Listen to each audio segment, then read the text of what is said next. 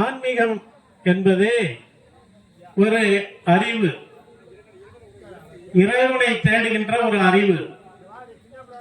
அதிலே சித்தர்கள், முனிவர்கள், ரிஷிகள் என்று பல்வேறு கோணங்களில் இருந்து பல்வேறு தரப்பினர்கள் ஆன்மீக தேடலில் அந்த அறிவினை பெற்று அந்த அறிவை உள்வாங்கி மக்களுக்கு வழங்குகின்ற ஒரு நிகழ்வினை நாம் ஆன்மீகம் என்கலாம். சாதாரண மக்களாகிய நாமெல்லாம் கோவிலுக்கு சென்று வழிபடுவது, குழந்தைகளுக்கு முடியிறக்கிக் கொள்வது, பொங்கல் வைப்பது, அபிஷேகம் செய்வது, அன்னதானம் செய்வது, கிடா வெட்டுவது போன்ற நிகழ்ச்சிகளை அந்த ஆன்மீகத்தின் வழியாக பக்தியாக எடுத்துக்கொள்ளலாம். இப்போ நாம் இங்கே இந்த ஆலயத்திலே பார்க்கின்ற பொழுது இறைவனை மின் விளக்குகளாலும் அலங்கரிக்கப்பட்டு ஆங்காங்கே உழவார பணிகள் செய்யப்பட்டிருக்கின்றது. இதுவும் ஒரு வகை ஆன்மீக தேடல் தான். தான் வணங்குகின்ற அந்த இறைவனை பல்வேறு பிரிவுகளாக, பல்வேறு தோற்றங்களாக உருமாற்றி அதனை அழகு பார்ப்பது ஆன்மீகம்தான். இந்த ஆன்மீகத்திலே இன்புற்று வாழ்வது என்பது என்ன? இப்ப சாதாரணமா ஒரு குடும்பத்துல அப்பா அம்மா இருக்காங்க, பிள்ளைங்க கேக்குது, பாக்கெட் மணி கேக்குது, செலவுக்கு பணம் கொடுங்க, ஸ்கூலுக்கு போறதுக்கு கேக்குது, செல்போன் வாங்கி கொடுங்க கேக்குது, பைக் வாங்கி கொடுங்க, பைக்கு கொஞ்ச நாள்ல பழசாப்பிட்டுனா வேற ஒரு புது பைக் வாங்கி கொடுங்க கேட்குறாங்க. காலேஜுக்கு போகணுமா கார் வாங்கி கொடுங்க கேட்குறாங்க. நல்ல துணிமணி ட்ரெஸ் வாங்கி கொடுங்கன்னு கேட்குறாங்க. இதெல்லாம் ஆன்மீகத்திலே இன்புற்று இருப்பது, ஆன்மீகத்தினுடைய வெளிப்பாடுகளாக நாம் இன்பத்தை தேடிக்கொள்வது. ஆனா ஞாயிற்றுக்கிழமை முடிந்து திங்கட்கிழமை பள்ளிக்கு செல்கின்ற மாணவர்கள் தலையை வலிக்குது, வயிற்ற வலிக்குதும்பாங்க. ஏன்னா இந்த சனி ஞாயிறு 2 நாளே அவர்கள் பல்வேறு வகையான விளையாட்டுகளில் ஈடுபட்டு அதனுடைய தொடர்ச்சியாக அடுத்த நாளையும் பாவித்துக் கொள்ள எண்ணுவார்கள். அந்த நேரத்தில் தாய் தந்தையர்கள் கண்டித்து அடித்து பள்ளிக்கு அனுப்புவார்கள். இது பின்பற்றுவது.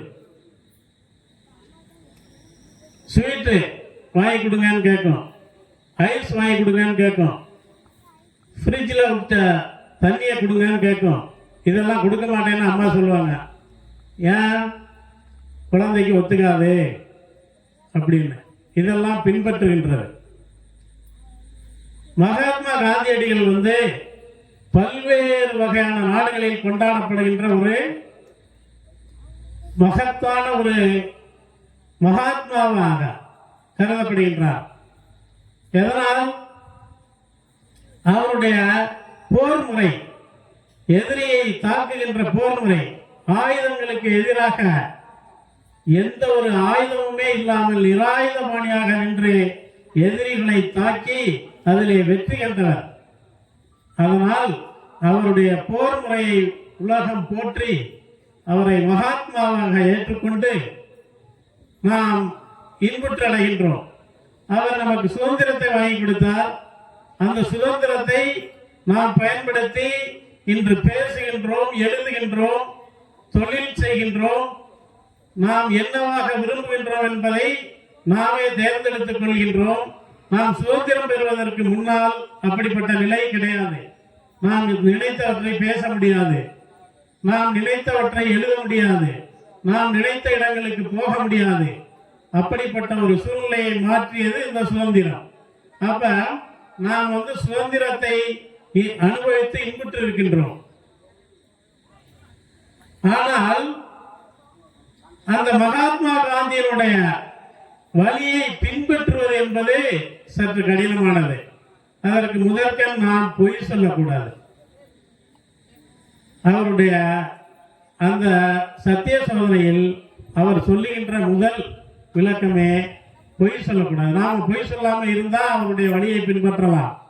நாம் எளிமையாக, ஆடம்பரமாக இல்லாமல் எளிமையாக இருந்தால் நாம் அவருடைய வழியை பின்பற்றலாம். நாம் எதிரியின் மீது எந்த விதமான தாக்குதலும் நடத்தக்கூடாது. அக்கம் பக்கத்தில் இருப்பவர்களை எந்த தொந்தரவும் செய்யக்கூடாது. அப்படியெல்லாம் நாம் நடந்து கொண்டால் அவருடைய வாழ்க்கையை நாம் வழியை பின்பற்றலாம். ஆனால் நாம் அப்படி இருப்பதில்லை. ஆக இந்த பட்டிமன்றத்தினுடைய தலைப்பு நாம் ஆன்மீகத்தை ஏற்றுக்கொள்வது இன்புற்று இருக்கவா அல்லது பின்பற்றி நடக்கவா என்பது. இந்த மகா சிவராத்திரி தினத்திலே நான் ஒரு செய்தியை இங்கு குறிப்பிட விரும்புகின்றேன். சிதம்பரத்திலே நடராஜர் நின்று நடனமாடிக்கொண்டிருக்கின்ற அந்த இடத்திலே ஒரு சிதம்பர ரகசியம் என்று நம்ம நாட்களாக நம் முன்னோர்கள், நம்முடைய ரிஷிகள், முனிவர்கள், சித்தர்கள் எல்லாம் சொல்லி இருக்கின்றார்கள். அந்த சிதம்பர ரகசியம் என்னவென்றால் ஒரு வெற்றிடம், எதுவுமே இருக்காது. இதுதான் சிதம்பர ரகசியமா? என்ன இதை போய் சிதம்பர ரகசியம் சொல்றாங்களே அப்படின்னு நாம சில நேரங்களில் நினைக்கக்கூடும். இறைவன் என்பதும் அப்படித்தான். எதுவுமே இல்லாத காற்றாக, ஒளியாக, மொழியாக, நீராக, நெருப்பாக தன்னை அடிக்கடி மாற்றிக்கொண்டு எந்த ஒரு உருவத்தையுமே நிலையாக வைத்துக் கொள்ளாத ஒரு நிலையை தான் நாம் வெற்றிடம் என்கின்றோம். நம்ம எத்தனையோ பல ஆண்டுகளுக்கு முன்னால நம்ம அந்த சிதம்பர ரகசியத்தை பத்தி கேட்டிருக்கிறோம். ஆனா இன்னைக்கு அமெரிக்காவில் இருக்கக்கூடிய நாசா விஞ்ஞான உலகம் மேலோகத்திலே நிலை நின்று பறந்தபடியே அந்த விஞ்ஞான உலகம் செயல்பட்டு கொண்டிருக்கின்றது. அந்த விஞ்ஞான உலகத்திலே இருக்கக்கூடிய விஞ்ஞானிகள் அவர்களுடைய சேட்டலைட்டை பார்க்கும் பொழுது அந்த சிதம்பரம் என்ற இடத்தில் வருகின்ற பொழுது அந்த சேட்டலைட் செயல்படவில்லை. அது பிடிக்கின்ற படங்கள் வெறுமன வெள்ளையாகவே இருக்கின்றது. அவங்க பல்வேறு ஆராய்ச்சிகளை நடத்தி இந்த ஒரு இடத்தில் பூமியை சுற்றி அந்த சேட்டலைட் வரும் பொழுது மட்டும் ஏன் அந்த இடம் வெறுமன வெள்ளையாக தெரிகின்றது அப்படின்னு அவங்களே ஆராய்ச்சி பண்ணி அந்த இடத்த எங்க இருக்குன்னு கண்டுபிடிக்கிற போது அது சிதம்பரம் அப்படிங்கிறத கண்டுபிடிச்சு நேரா அங்க இருக்கக்கூடிய விஞ்ஞானிகள் சிதம்பரத்தில் இறங்கிட்டாங்க. இறங்கி பார்க்குற பொழுது அவங்களுக்கு அந்த உண்மை செயல்படுது. இங்க கேட்குறாங்க இங்க என்ன நடக்குது, ஏன் இந்த இடத்துல அந்த ராக்கெட்டை சுற்றி வர்ற போது அந்த எந்த விதமான போட்டோவும் எடுக்கல, வெறும் வெள்ளையாவே இருக்கு அப்படின்னு சொல்லி. அப்ப அவங்க சொல்றாங்க, இந்த சிதம்பர ரகசியம் என்பது இதுதான், எந்த விதமான ஒரு உருவ தோற்றத்தையும் இல்லாமல் இருப்பதுதான் சிதம்பர ரகசியம். இன்னொரு இதையும் அவங்க பதிவு பண்றாங்க.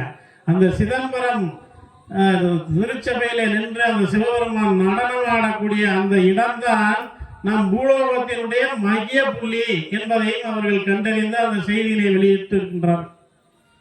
அது இன்னும் சொல்ல போனால் அந்த நடராஜருடைய பெருவிரல் பட்டு அந்த இருக்கக்கூடிய அந்த சரியான புள்ளி தான் இந்த பூமியினுடைய மைய புள்ளி. அப்ப இங்கிருந்து தான் என்ன உலகம் என்பது வியாபித்து இருக்கின்றது. சாதாரணமா பார்ப்போம்ப்பா, பானை சட்டி வாங்கணும்னா ஒரு மார்க்கெட்டுக்கு போவோம், மீன் வாங்குறதுக்கு ஒரு மார்க்கெட்டுக்கு போவோம், காய்கறி வாங்குறதுக்கு ஒரு மார்க்கெட்டு போவோம், பழங்கள் வாங்குவதற்கு ஒரு மார்க்கெட்டு போவோம். ஆனா இந்த உலகத்தில் உள்ள அனைத்து நாடுகளில் இருந்தும் இறைவன் சிலையை பெறுவதற்கு இந்தியாவிற்கு, அதுவும் தமிழ்நாட்டில் இருக்கக்கூடிய கும்பகோணத்திற்கு தான் வருகின்றார்கள். ஏன் என்று சொன்னால் இந்த கும்பகோணம் மண்ணின் பெருமைகளை வேறு எந்த இடத்திலும் அவர்கள் பெற முடியாது. அதில் உள்ள என்ன அப்படிப்பட்ட பெருமை என்றால், கும்பகோணம் என்று வந்தது ஒரு காலத்தில் பிரளயம். பிரளயம் என்றால் என்ன? பேரழிவு. கொஞ்ச காலத்துக்கு முன்னால பிரளயம் என்றால் நாம மக்கள் யாரும் நம்ப மாட்டாங்க. ஆனா இப்ப எல்லாம் பிரளயமா, அடேப்பா பயமா இருக்கு அப்படிங்கிறாங்க. ஏன்னு கேட்டா, இந்த சுனாமி ஏற்பட்டது, இந்த கஜா புயல் ஏற்பட்டது, இதையெல்லாம் பார்த்ததற்கு பிறகு பிரளயம் என்று ஒன்று உண்டு, அது நம்மை பாதிக்கும் என்று மக்கள் உணர்ந்து விட்டார்கள். அதனால் இந்த பிரளயத்தை பற்றி மக்கள் இன்று அச்சப்பட்டு கொண்டிருக்கின்றார்கள். குறிப்பாக இந்த அக்டோபர் ஜனவரி வரைக்கும் மக்கள் பயந்து கொண்டேதான் இருக்கின்றார்கள். வானிலை ஆராய்ச்சியாளர்கள் சொல்கிறார்கள் புயல் வருகின்றது என்று. ஐயோ புயலா என்று பயப்படுகின்றோம். ஏன்? பிரளயம். அந்த சுனாமி பயப்படுகின்றோம். ஏன்? கண்ணால் பார்த்திருக்கின்றோம், அதனுடைய பாதிப்புகளை நாம் அனுபவித்திருக்கின்றோம். இப்படிப்பட்ட ஒரு சூழ்நிலையில் இந்த பிரளயம் என்பதை பற்றி இன்றைக்கு மக்கள் என்ன என்று சிந்திக்க தொடங்கி இருக்கின்றார்கள். ஒரு காலத்தில் ஏற்பட்ட அந்த பிரளயத்தின் போது பிரம்மா படைப்பினுடைய ரகசியத்தை ஒரு பெரிய குடத்துக்குள் இறுக்கமாக மூடி வைத்து அதை வெளியிலே போட்டு விட்டார். ஏனென்று சொன்னால், இந்த உலகம் அழிந்த பிறகு மீண்டும் படைக்க வேண்டுமானால் அந்த பிறப்பின் ரகசியம் என்பது இந்த உலகத்திற்கு தேவைப்படும் என்று ஒரு பெரிய குடத்துக்குள் பிரளயத்தை, அந்த ரகசியத்தை அதில் மறைத்து வைத்து ஒரு குடத்திலே போட்டு விட்டார். அவர் எங்கே இருந்து போட்டார் என்பதெல்லாம் கேள்வி இல்லை. ஆனா அந்த குடமானது கும்பகோணத்திலே தரை தட்டி விட்டது. கும்பம் என்றால் குடம், அது கோணம் என்றால் அந்த குடம் பார்ப்பதற்கு முக்கோண வடிவத்தில் இருக்கும், முக்கோணங்கள். அதனால் கும்பகோணம் என்று பெயர் வந்தது அந்த இடத்திற்கு.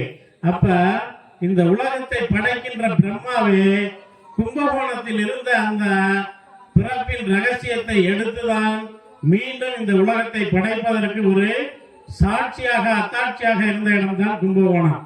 அதனால்தான் இன்னைக்கு உலகத்தில் எந்தெந்த நாடுகளெல்லாம் இருந்து இறைவனை வணங்குவதற்காக சிலைகள் வேண்டும் என்று கேட்கின்றார்களோ அவர்களெல்லாம் கும்பகோணத்திற்கு படையெடுத்து வருகின்றார்கள்.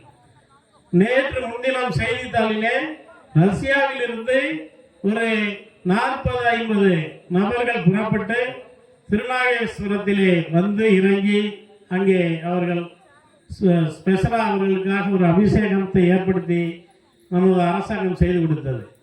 அப்ப இந்த உலகத்தில் ஆன்மீகத்தை வெளிப்படுத்தி பரப்பிய இடம் இந்த தமிழகம், குறிப்பாக சிதம்பரம்.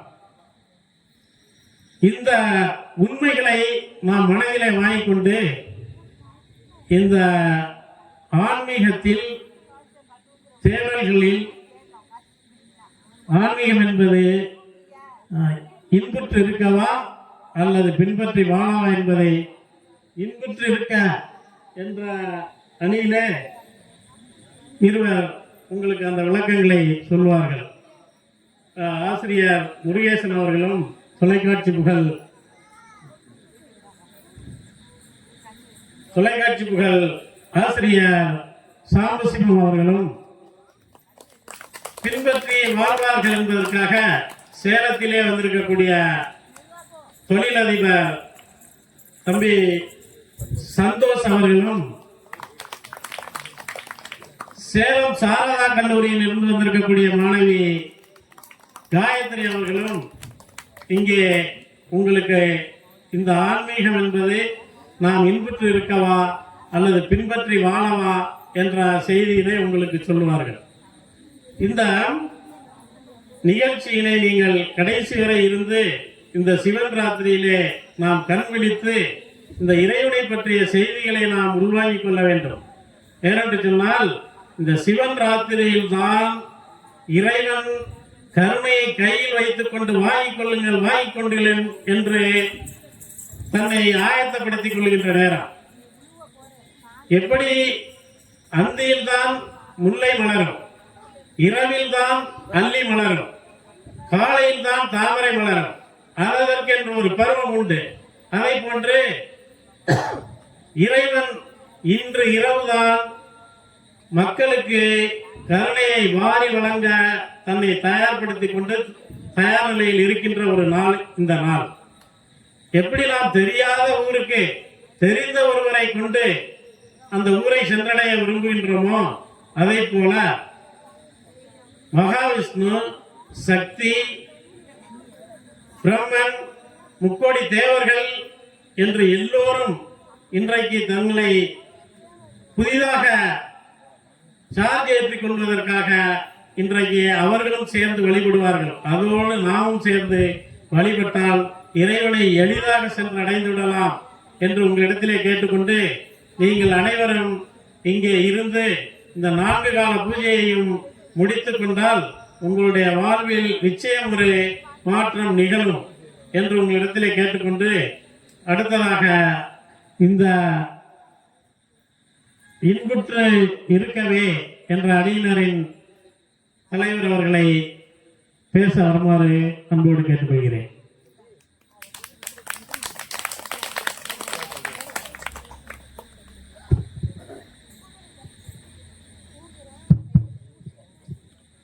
உலகங்கள் யாவும் உன் அரசாங்கமே, ஒன்றும் நீ செய்யும் அதிகாரமே. உலகங்கள் யாவும் உன் அலங்காரமே, ஒன்று நீ செய்யும் அதிகாரமே. பாடுபட்டவன் பாட்டாளி அவன் மாடிக்கு வர வேண்டும், பஞ்சம் என்பதே இல்லா வாழ்வை பாரதம் பெற வேண்டும். பாடுபட்டவன் பாட்டாளி அவன் மாடிக்கு வர வேண்டும், பஞ்சம் என்பதே இல்லா வாழ்வை பாரதம் பெற வேண்டும். உலகங்கள் யாவும் உன்னரவாங்க வணங்கி என்னுடைய கூரையை தொடங்குகின்றேன். நடுவர்களே, அற்புதமான செய்தியை, உலக செய்தியை, உன்னதமான செய்தியை, இறை செய்தியை, இனிமையான செய்தியை தருவதில் உங்கள் போல் ஒருவர் யாரும் பிறக்க முடியாது.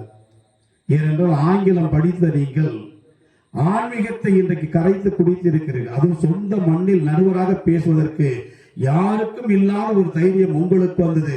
அதனால் உங்களுக்கு பலத்த கைத்தட்டை அவர் வழங்குமாறு கேட்டுக்கொள்கின்றேன்.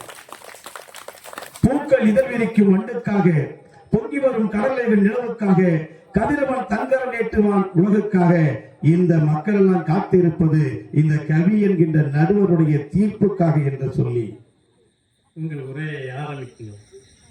ஆனா உங்களை பார்த்து ரொம்ப மகிழ்ச்சியா இருக்கு நடுவர்களே. இது என்ன அப்படின்னா, முன்னாடி இப்ப பாத்தீங்கன்னா ஒரு அந்த மைக் செட்டு போடும்போது ஆரம்ப காலத்துல பாத்தீங்கன்னா ஒரு தட்டு வச்சிருப்பாங்க, தட்டு மாதிரி இருக்கும். அப்படி போட்டுட்டு எடுத்து வச்சோன்னா அது அப்படியே சுத்தி சுத்தி எடுத்து ஒரு கப்பை எடுத்தவங்க அதான் போயிடும். அது என்ன ஆகும் அப்படின்னா கொஞ்சம் காலில் மாறி போச்சு. அதுக்கு பிறகு என்ன ஆச்சு அப்படின்னா டேப் ரெக்கார்டு வந்துச்சு. அது என்ன ஆகும் அப்படின்னு கேட்டீங்கன்னா கொஞ்ச நாள் அப்படி சுத்திக்கிட்டு பாதியோட நின்று போயிடும். அப்ப அதுவும் மாறி போச்சு. அதுக்கு பிறகு என்னாச்சு அப்படின்னு கேட்டீங்கன்னா சிடி வந்துச்சு. இப்ப சிடி என்னாச்சு, அதுவும் மாறி போச்சு. அதுக்கு பிறகு பாத்தீங்கன்னா பென் டிரைவ் வந்திருக்கு. இன்னைக்கு இது பாத்தீங்கன்னா இன்னைக்கு கொண்டு போய் அது ஒரு இடத்துல அதை தொழில் போயிட்டாருன்னா இந்த மைக் செட்டுக்காரரு காலையில விடிஞ்சு 10 மணிக்கு 12 மணிக்கு வரலாம் சாப்பிட்டு, அது அளவுக்கு போயிட்டு இருக்கும். இது என்ன அதுக்காக சொன்னா காலத்துடைய மாற்றம் நடுவர்களே. இந்த காலம் என்பது அறிவியலில் பல மாற்றங்களை அடைந்து கொண்டிருக்கக்கூடிய சூழலில் எப்படி ஆன்மீகத்தில் இன்றைக்கு மாறிக்கொண்டிருக்கிறது என்பதை அழகாக மாணிக்க வகுத்துள்ளார்.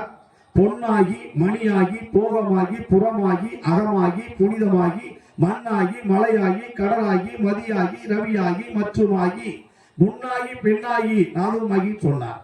அடுத்த பிறகு இந்த ஆன்மீகத்தை எடுத்து சொல்லுகிற பொழுது இந்த கடவுளிடம் நாம் இங்க இருக்கக்கூடிய நல்வழி சித்தரிடம் நாம் வைக்கக்கூடிய கோரிக்கைகள் அவர் மூலமாக இறைவனிடத்தில் சென்றடைந்து ஒரு நன்மை கிடைக்கின்ற பொழுது நமக்கு எவ்வளவு மகிழ்ச்சி ஏற்படுகிறதோ அதுதான் ஆன்மீகத்துடைய மகிழ்ச்சி. நாம் எடுத்துக்கொண்ட காரியம் நிறைவு பெற்று விட்டது என்பதுதான் மகிழ்ச்சி. ஆனால் அதை எப்படி தாய்மானவர் பார்க்கிறார் என்று சொன்னால், இறைவனிடத்திலே போய் எனக்கு பொருள் வேண்டும், பொண்ணு வேண்டும், நகை வேண்டும், பொருள் வேண்டும் அப்படி என்று கேட்காமல் நெஞ்சகமே கோவில், நினைவே சுகந்தம், அன்பே மஞ்சள் நீர் பூசை கொள்ள வாராய் பராபரமே அன்பர் பணி செய்ய என்னை ஆளாக்கி விட்டு விட்டால் இன்ப நிலை தானே வந்த இதுவும் பராபரமே என்கின்றார். இப்ப என்ன அப்படின்னு கேட்டா, மற்றவர்களுக்கு நாம் செய்யக்கூடிய நன்மைக்காகத்தான் நான் இறைவனிடம் அன்றாடி கொண்டிருக்கின்றேன். அப்ப அது எதற்காக என்று சொன்னால் தான் இன்புற்று வாழ்வதற்காகத்தான். அதை நான் பின்பற்ற முடியுமா முடியாது என்பதை அந்த அணியில் இருப்பவர்கள் தான் சொல்ல வேண்டும். இந்த வாய்ப்பினை வழங்கிய இந்த நிர்வாகத்துக்கு முதலில் நன்றியை தெரிவித்துக் கொள்கின்றேன். எங்களை தொடர்பு கொண்ட ஐயா உங்களுக்கும் எங்களுடைய நண்பர் சாம்பசிவம் அவர்களுக்கும் தொலை தூரத்தில் தொலைபேசியில் அழைத்தோடு வந்திருக்கக்கூடிய என்னுடைய அன்பு தம்பி தங்கைகளுக்கும் அற்புதமான இந்த நிகழ்ச்சியை இந்த மைக் செட்டை சிறப்பாக செய்து கொண்டிருக்கக்கூடிய அவர்களுக்கும் இங்க இருக்கக்கூடிய அத்தனை பேருக்கும் நன்றி சொல்ல வேண்டும். சொன்னால் இந்த நாள் ஒரு இனிய நாள், சிறப்பான நாள். வாழ்க்கையில் எவ்வளவு நாட்களை நாம் வீணடித்துக் கொண்டிருக்கின்றோம். ஐயா சொல்வது போல இறைவனுக்காக இன்று நாம் செலவு செய்வது மட்டுமல்ல, தன்னை வரித்துக் கொள்கின்றோம். எப்படி என்றால் ஒரு கல்லை பார்ப்பவர்களுக்கு கல்லாகத்தான் தெரியும். அந்த கல்லை செதுக்குகின்ற பொழுது சிற்பமாகும். அந்த கல்லு செதுக்கிய பிறகு ஓவியமாக வண்ணம் தீட்டப்பட்ட பிறகு ஒரு கல்லு கடவுளாக மதிக்கப்படுகின்ற சொன்னால் அது நிலைகள் மாறுகிற பொழுதுதான். அதுதான் என்ன சொல்கிறார் என்று வள்ளலார், இன்றைக்கு இருக்கக்கூடிய இந்த மனிதன் விலங்குகளிடத்திலே அன்பு வைப்பதை விட தாவரங்களிடத்திலே அன்பு வைக்க வேண்டும் என்று சொல்கின்றார். அதைதான் வாடிய பயிரை கண்ட போதெல்லாம் வாடினேன் என்று இந்த இறை பக்தியை எங்கே கொண்டுகிறார்? அருட்பெரும் சோதி தனி பெரும் கருணை என்கின்றார். ஏன் அவர் சொல்லக்கூடிய வார்த்தைகள் சொன்னால், இந்த ஆன்மீகத்தை பின்பற்றி வாழ முடியுமா? 63 நாயன்மார்களைப் போல இங்கு இருக்கக்கூடியவர்களெல்லாம் வாழ்வார்களா? அப்படி வாழக்கூடியவர்கள் அந்த ஆன்மீக சிந்தனையை, கருத்தை, கடவுளை ஏற்றுக்கொள்வார்களா, பின்பற்றுவார்களா? அவர்கள் வழி வாழ முடியுமா இன்றைய சூழலில் என்பதை நீங்கள் குறித்துக் கொள்ளுங்கள். பாக்குறாரு, யாரா இவன் அழைச்சிட்டு வந்து பாட்டுக்கு பேசிட்டு உட்காந்துக்கிறான். பாக்குறாரு முறையே, இதுக்கடா உன்னை அழைச்சிட்டு வந்தேன். நான் என்னன்னா ஆன்மீக இன்புட் இருக்கு, அழகா போறோம், ஒரு கோயிலை பாக்குறோம், மகிழ்ச்சியா அந்த நீங்க அழகா சொன்னீங்க, காவடி எடுக்கிறோம் நம்மளுடைய. ஆனா இந்த குலதெய்வ வழிபாடு என்பதை இன்றைக்கு மறந்து விட்டோம் நடுவர்களே. இன்றைக்கு குலதெய்வ வழிபாடை மறந்து விட்டோம். நாம் முன்னோர்களை நினைக்கக்கூடிய அதெல்லாம் மறந்து விட்டோம். ஏன்? கம்ப்யூட்டர்ல சோசியம், இன்டர்நெட்ல சாதகம், இமெயில் வழிபாடு எப்படி இருக்கு நம்ம நாடு? கம்ப்யூட்டர்ல சோசியம். நீ பாத்தீங்கன்னா கம்ப்யூட்டர்ல சோசியம். எங்க ஐயா வந்தாங்க, எங்க ஐயா பட்டுக்கோட்டை எங்களை அழைக்கிறதுக்காக வந்தார், கார் எடுத்துட்டு வந்தாங்க. நாங்க நின்றுகிட்டு இருந்தோம். அங்க தஞ்சாவூர் பஸ் போற இடத்துல ஒரு இடம் பார்க்கிற மிஷின் இருந்துச்சு. ஐயாவுக்கு ரொம்ப சந்தோஷம். சரி நம்ம எத்தனை கிலோ இருப்போம்னு ஏறி நின்று பார்த்தாரு. ஏறி நின்று பார்த்த உடனே அங்க ஒரு சீட்டு வந்துச்சு. ஐயா பார்த்து, கூட்டமா தயவு செய்து கூட்டமாக ஏறி நிற்காது. புரிஞ்சிருக்குன்னு நினைக்கிறேன். ஐயா மட்டும் தான் ஏறினாரு. அங்கேருந்து ஒரு சீட்டு வருது, கூட்டமாக ஏறி நிற்காது. அதுக்கு அடுத்து பார்த்தா ஐயாவுக்கு கோவம் வந்துருச்சு, கடுமையான கோவம் வரும் அவருக்கு. அடுத்த ஒன்றான என்னடா அது அப்படின்னு ஒரு காலம் வச்சு அழுத்தினார் பாருங்க, எதுவுமே வரல. அந்த பையன், நான் ₹1 ₹2 கொடுத்து எடை பார்க்குற மிஷினை வச்சுக்கிட்டு இருந்தேன் ஐயா, இப்போ எடை பார்க்குற மிஷினை எடைக்கு போற மிஷினை ஆக்கி விட்டியல. ஐயா ஒரு முறுக்கு கடையில போய் பார்த்தாரு. அப்படி ஒரு விளம்பரம் இருந்துச்சு முறுக்கு கடையில. முறுக்கு கடையில ஒரு வேலைக்கு போகணும் அப்படின்னா எல்லாருக்கும் தகுதி தேர்வு இருக்கு. இன்னைக்கு டாக்டர் ஆகணும்னா நீட் எழுதணும், MBBS படிக்கிறதுக்கு. அதே போல என்ஜினியர் ஆகணும்னா BE படிக்கணும். அதே போல ஒவ்வொரு படிப்புக்கும் ஒவ்வொரு வேலைக்கு தகுந்தமான படிப்புகள் இருக்கிறது, கல்விகள் இருக்கு. இன்னைக்கு பாத்தீங்கன்னா கல்விச்சாலைகள் நிறைய இருக்கு. ஆனா முறுக்கு கடையில் விளம்பரம் போட்டிருக்க பட்டுக்கோட்டை பஸ் ஸ்டாண்ட்ல என்ன அப்படின்னா, ஆமா அதையும் கரெக்டா எழுதிட்டீங்களா? அங்க என்ன போட்டிருக்குன்னா, முறுக்கு கடையில் வேலை பார்ப்பதற்கு ஒரே ஒரு தகுதி என்று சொன்னால் அவருக்கு பல்லு இருக்கக்கூடாது. எவ்வளவு ஒரு டெக்னிக்காக ஆட்கள் தேவைன்னு சொல்லுவாங்க பாருங்க. இன்னைக்கு பாத்தீங்கன்னா நம்மால அவசர அவசரமா ஆடு மாடு விட்டு அரபு நாடு வச்சிடலாம். இங்க அழகா ஆடு மாடுகள் ஒரு நல்ல பராமரித்தா நாம நிறைய வளங்களை பெறலாம். அப்ப நாம் எதை நோக்கி போய் கொண்டிருக்கிறோம்? விளம்பரங்களை நோக்கி போய் கொண்டிருக்கிறோம். அதுக்காக வரை சொல்கின்றேன். இப்ப நாம் எதை, இப்ப இறைவன் இன்னைக்கு ஒண்ணு இல்ல, ஒரு அம்மா என்ன பண்ணாங்க, ஒரு கோயிலுக்கு போறாங்க. கோயிலுக்கு போயிட்டு அந்த விளக்கை ஏற்றி வைக்கிறாங்க. அந்த விளக்கை ஏற்றி வச்சுட்டு அதுல ஒரு எண்ணெய் இருக்கு, அதை தலையில தடவலான்னு போறாங்க. அப்புறம் யோசனை வந்துச்சு, என்னத்தை தலையில தடவுறது அப்படின்ட்டு போய் என்ன பண்ணாங்க, ஒரு செவுத்துல போய் இப்படி தடவுனாங்க. அவ்வளவுதான். அங்க இருந்து இன்னொரு அம்மா பார்த்துச்சு, ஓ இந்த கோயில்ல எண்ணெயை ஊத்தி விட்டு அந்த செவுத்துல போய் தடவணும்னா பார்த்தா ஃபர்ஸ்ட் ஒரு அம்மா தடவுச்சு, அடுத்த அம்மா வந்துச்சு. 500 பேர் போய் செவுத்துல அடிச்ச பாயிண்டே பெயிண்டே காலியா போச்சு. இது என்ன நடுவர்களே, இந்த பொண்ணு நல்லா கை தட்டுறாங்க, எல்லாம் ஒரு கை தட்டுவாங்க. ஏன்னா இன்னைக்கு ஆன்மீகம் சொல்லிட்டா எல்லாம் கிடைக்கிறது. எவ்வாறு ஒரு இடத்துல ஒண்ணு இல்ல, ஒரு இடத்துல ஒரே ஒரு வேப்ப மரம் இருக்குங்க. அந்த வேப்ப மரத்துல 4 மஞ்சள் துணியை கட்டிட்டாங்க, ஒரு செங்கல் எடுத்து வச்சுட்டாங்க, குங்குமத்தை சந்திரத்தை பூஜை வச்சுட்டாங்க. போய் 30 பேர் குப்புற விடுறாங்க. அதை விட அந்த பார்த்த உடனே பசுல ஒரு 2 பேர் போல நல்லா பார்த்தீங்கன்னா 10 ரூபா திட்டு நடுவர்களே தூக்கி வீசினா பாருங்க. ஒருத்தர் உண்மையில் நடந்தது. பசுல போய் இருக்கவன் அந்த கோயிலுக்கு காசை தூக்கி வீசினான்னு சொல்லி வீசினத்துல ஒருத்தருக்கு கண் அடிபட்டு அந்த கண்ணே தெரியாம போச்சுனவர்களே. நான் என்ன சொல்றேன்னா, ஆன்மீகம் என்பது எங்குமே இல்லை. அழகாக திருமணம் சொல்வதை போல காயமே இது பொய்யடா, காற்றடைத்த பொய்யடா, மாயனார் கொயவர் செய்த மண் பாண்ட ஓடடா. இந்த உயிர் எப்போ போக்குது? அழகா வைரமுத்து சொன்ன இந்த ஆன்மீகத்தை, பிறக்கின்ற போதே இறக்கின்ற செய்தி இருக்கின்றது என்பது மெய்தானே. ஆசைகள் என்ன, ஆணவம் என்ன, கனவுகள் தாங்கும் பைதானே. கனவு காணும் வாழ்க்கையாவும் களைந்து போகும் கோலங்கள். துடுப்பு கூட பாரம் என்று கரையை தேடும் ஓடங்கள். கனவு காணும் வாழ்க்கையாவும் களைந்து போகும் கோலங்கள். நடுவர்களே, கனவு காணும் வாழ்க்கையாவும் களைந்து போகும் கோலங்களை தான் அழகாக முன்னோர்கள் சொல்லி வைத்தார்கள். காயமே இது பொய்யடா, காற்றடைத்த பையடா, மாயனார் குயவர் செய்த மண் பாண்ட ஓடடா என்று சொன்னார்கள். நான் எதற்காக சொல்லி, ஆன்மீகம் என்பது நாம் மகிழ்ச்சியோடு நிகழ்ச்சியாக பார்த்துவிட்டு போவது மட்டும்தான். இன்றைய சூழலில் ஆன்மீகம் என்பது இன்புற்று இருக்கத்தான். அதை பின்பற்றி வாழ முடியுமா என்பதற்கு நிறைய கருத்துக்கள் இருக்கிறது. ஒரு முறை விவேகானந்தருடைய அம்மா, விவேகானந்தர் ஆன்மீக வழியில் செல்வதற்காக அனுமதி கேட்கின்றார்கள். அப்பொழுது விவேகானந்தருடைய அம்மா என்ன சொல்கிறார் என்று சொன்னால், நீ போக வேண்டாம் அப்படி என்று சொல்வதற்கு பதிலாக அங்கு வீட்டில் இருக்கக்கூடிய சமையல் இருக்கக்கூடிய அந்த சமையலுக்கு காய்கறிகளை நறுக்கக்கூடிய ஒரு கத்தி இருந்தது, அதை எடுத்துக்கொண்டு வா என்று சொல்கிறார். அப்படி எடுத்துக்கொண்டு வா என்று சொல்கிற பொழுது விவேகானந்தர் என்ன சொல்கிறார் என்று சொன்னால், அங்கு இருக்கக்கூடிய வெட்டாத பகுதியை அவர் எடுத்துக்கொண்டு வெட்டுக்குட பகுதியை தன்னுடைய தாயிடம் கொண்டு கொடுக்கின்றார். அப்பொழுது அவர் என்ன சொல்கிறார் என்று சொன்னால், நீ இன்று உன்னுடைய துறவரம் செல்ல வேண்டாம் என்கின்றார். இதே போல கண்டிப்பா நடந்து கொண்டிருந்தது. ஒரு முறை வெட்டாத பகுதி புரியலையா? வெட்டாத பகுதினா புடி பகுதி,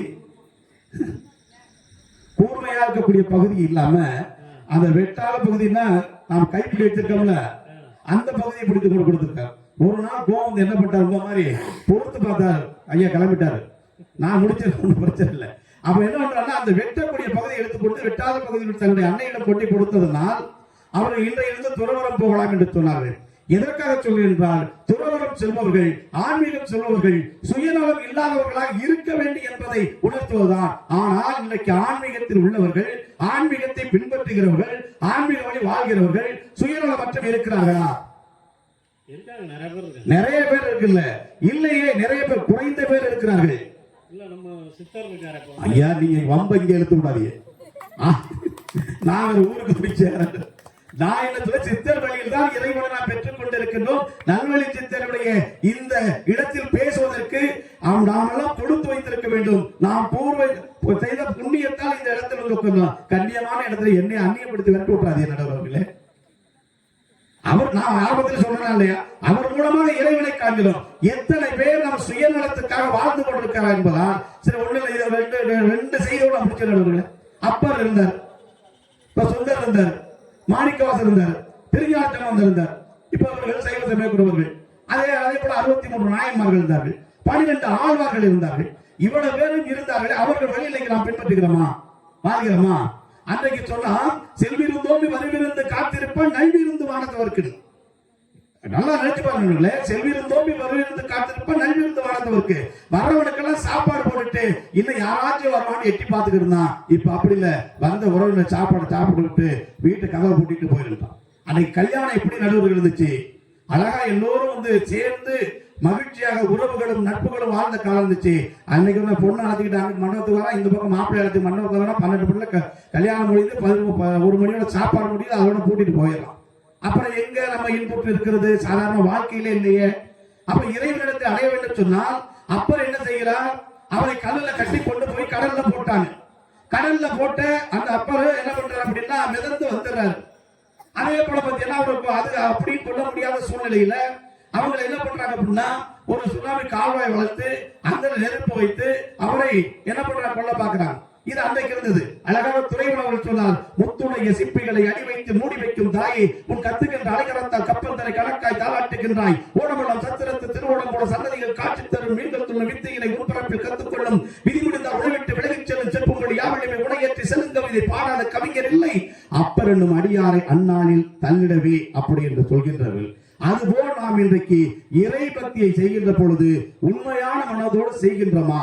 இன்றைக்கு இருக்கக்கூடிய அந்த ஆன்மீக வழி என்பது இன்றைக்கு நாம் பார்த்து கொண்டிருக்கக்கூடிய மக்களுடைய மனநிலை என்பது இன்றைய காலகட்டத்தில் ஆன்மீகம் என்பது இன்புற்று மகிழ மட்டுமே. அது பின்பற்றி வாழ முடியாத நடுவர்களே. காரைக்கால் அம்மையார் போல அவருடைய கணவரை போல இன்றைக்கு வாழ முடியுமா? 63 நாயன்மார்கள் எடுத்தெடுத்து பார்த்துக் கொண்டிருந்தோம் என்று சொன்னால் அப்ப வாழ முடியாத காரணம் என்ன? இன்றைக்கு இருக்கக்கூடிய காரணம் என்ன அப்படின்னு சொல்றால் இன்றைக்கு இருக்கக்கூடிய ஆசை காரணம், இன்றைக்கு இருக்கக்கூடிய பேராசை ஒரு காரணம். இன்றைக்கு இருக்கக்கூடிய மனிதர்களிடத்தில் மனித நேயம் இல்லை நடுவர்களே, மனித நேயம் இல்லை அவர்களே. பசி என்று பூமிதனில் பட்டினியால் வாழுகின்ற பல கோடி புதல்வர்கள், பசி என்று பூமிதனில் பட்டினியால் வாழுகின்ற பல கோடி புதல்வர்கள் புசி என்று சொல்வதற்கே பூமிதனில் ஆள் இல்லை. கடவுளை நாடி ஓடும் மனித ஜாதிகள், கடவுளை நாடி ஓடும் மனித சாதிகள் கல்லும் முள்ளும் காலுக்கு மெத்த என சங்கீதம் இசைக்கின்றோம். பற்பல கோடி 10 கோடி கஞ்சி தண்ணி இல்லா மக்கள் காய்ந்து நித்தம் சாகிறார். பற்பல கோடி இதை காண ஒரு நாதி இல்லை, கடவுளை தான் தேடுகிறார் என்று ஒரு கவிஞர் எழுதினார்களே.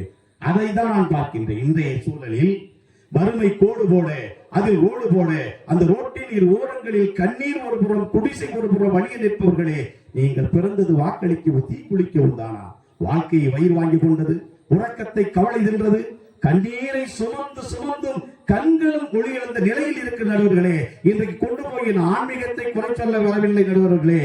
ஆன்மீகத்தால் இன்றைக்கு பொருள்கள், ஆன்மீகத்தால் உணவுகள், ஆன்மீகத்தால் இங்கு இருக்கக்கூடிய உணவுப் பொருட்கள் எல்லாம் வீணாக்கப்படுவதை ஒரு ஏழைகள் கொடுக்கலாம் என்று அன்றைக்கு பாரதி சொன்னான். பாரத நாடு பழம்பெரும் நாடு, நீர் அதன் புதல்வன் நினைவகத்தில் சொன்னான். அது மட்டும் சொல்லவில்லை நடுவர்களே, தனி ஒரு மனிதனுக்கு உணவில்லை எனில் இந்த ஜகத்தினை அழித்துடும் சொன்னான்.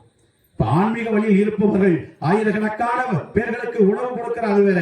ஆனால் தனக்கு தனக்கு தனக்கு என்று சுயநலமாக வாழக்கூடிய மக்கள் நாங்கள் செல்லும் பொழுது என்ன கொண்டு போகிறோம்? நாம் எதை எடுத்து வந்து கொண்டு செல்வதற்கு எதுவுமே இல்லை என்பதை இந்த மக்களிடத்தை ஆன்மீகம் மூலம் உணர வேண்டும் நடுவர்கள். அதற்காக சொல்லுகிறேன்.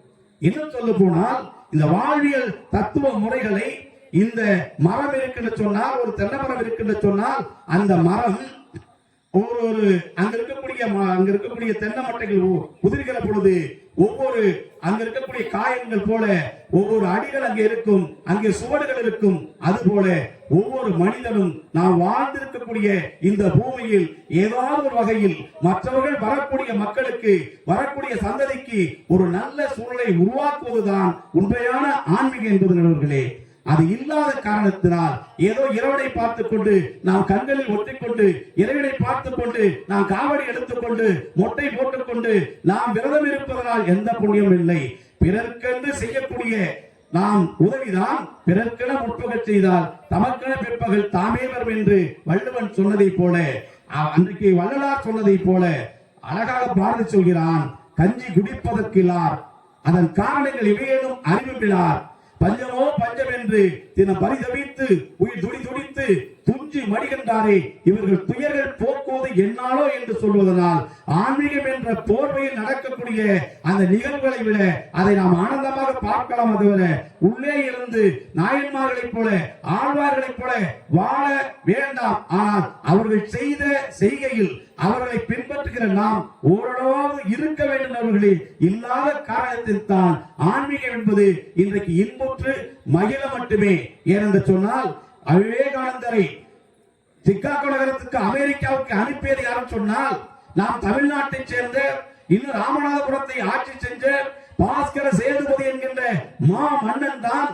இன்றைக்கு இருக்கக்கூடிய உலக நாடுகளில் ஆன்மீகம் இருந்தாலும் இந்த தமிழகத்துக்கென்று தனி திறன் இருக்கிறவர்களே, தமிழகத்துக்கென்று இறை நீதி இருக்கிறவர்களே, இன்றைக்கு இருக்கக்கூடிய பக்தி இலக்கியங்கள் இருக்கின்றவர்களே, நாம் எடுத்துக்கொண்டால் நீண்ட நேரம் ஆகிவிடும்.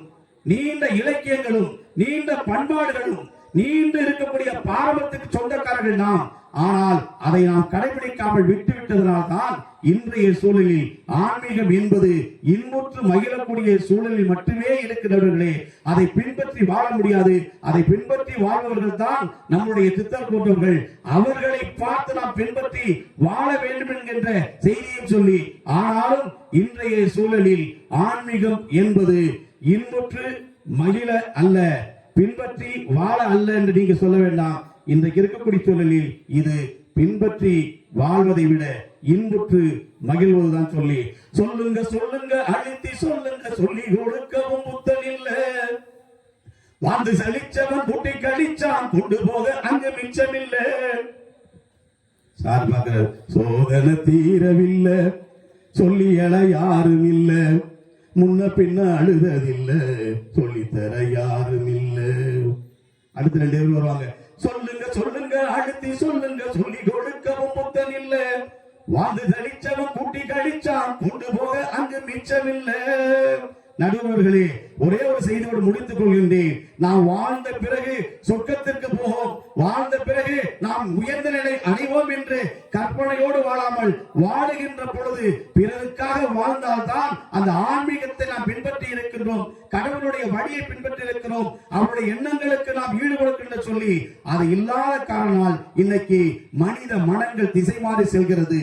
இன்றைக்கு இருக்கக்கூடிய மனித மனங்கள் சுயநலத்தால் சுருங்கி போகிறது.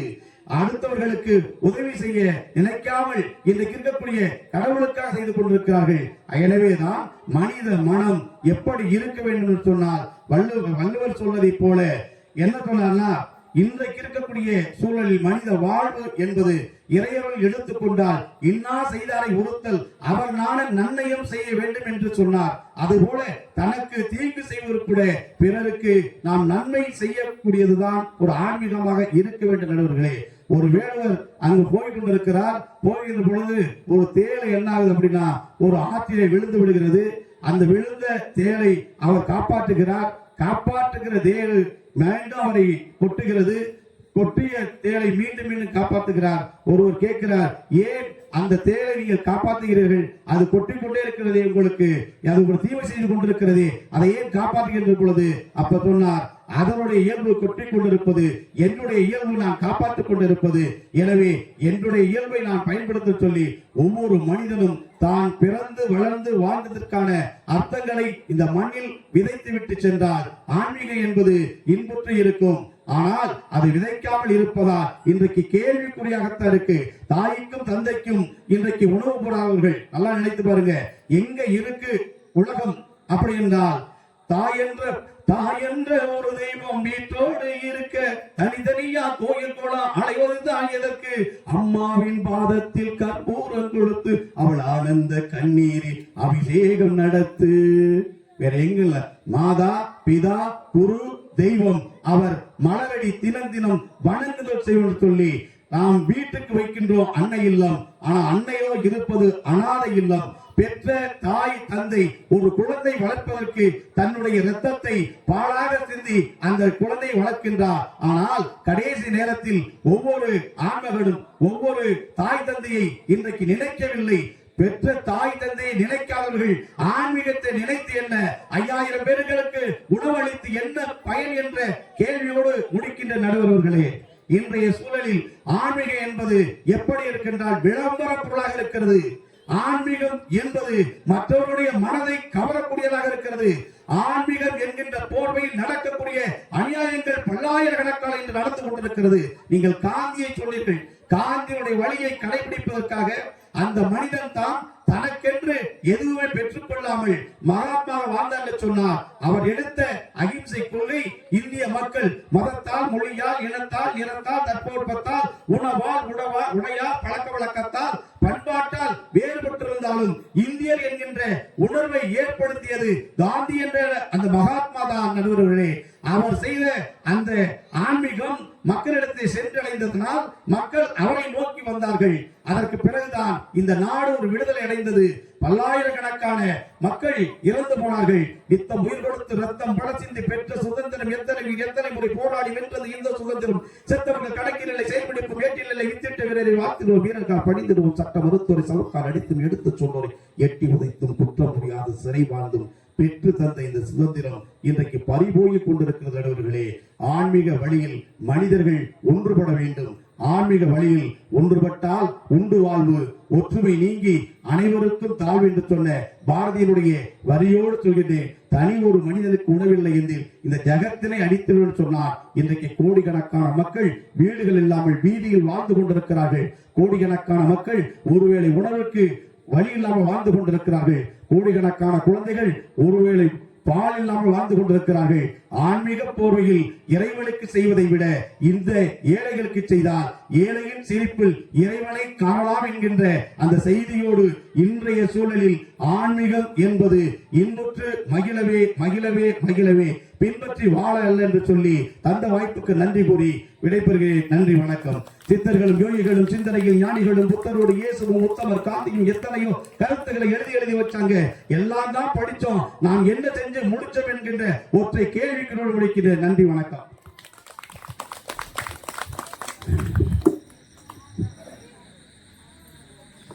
இப்பொழுது பேசிய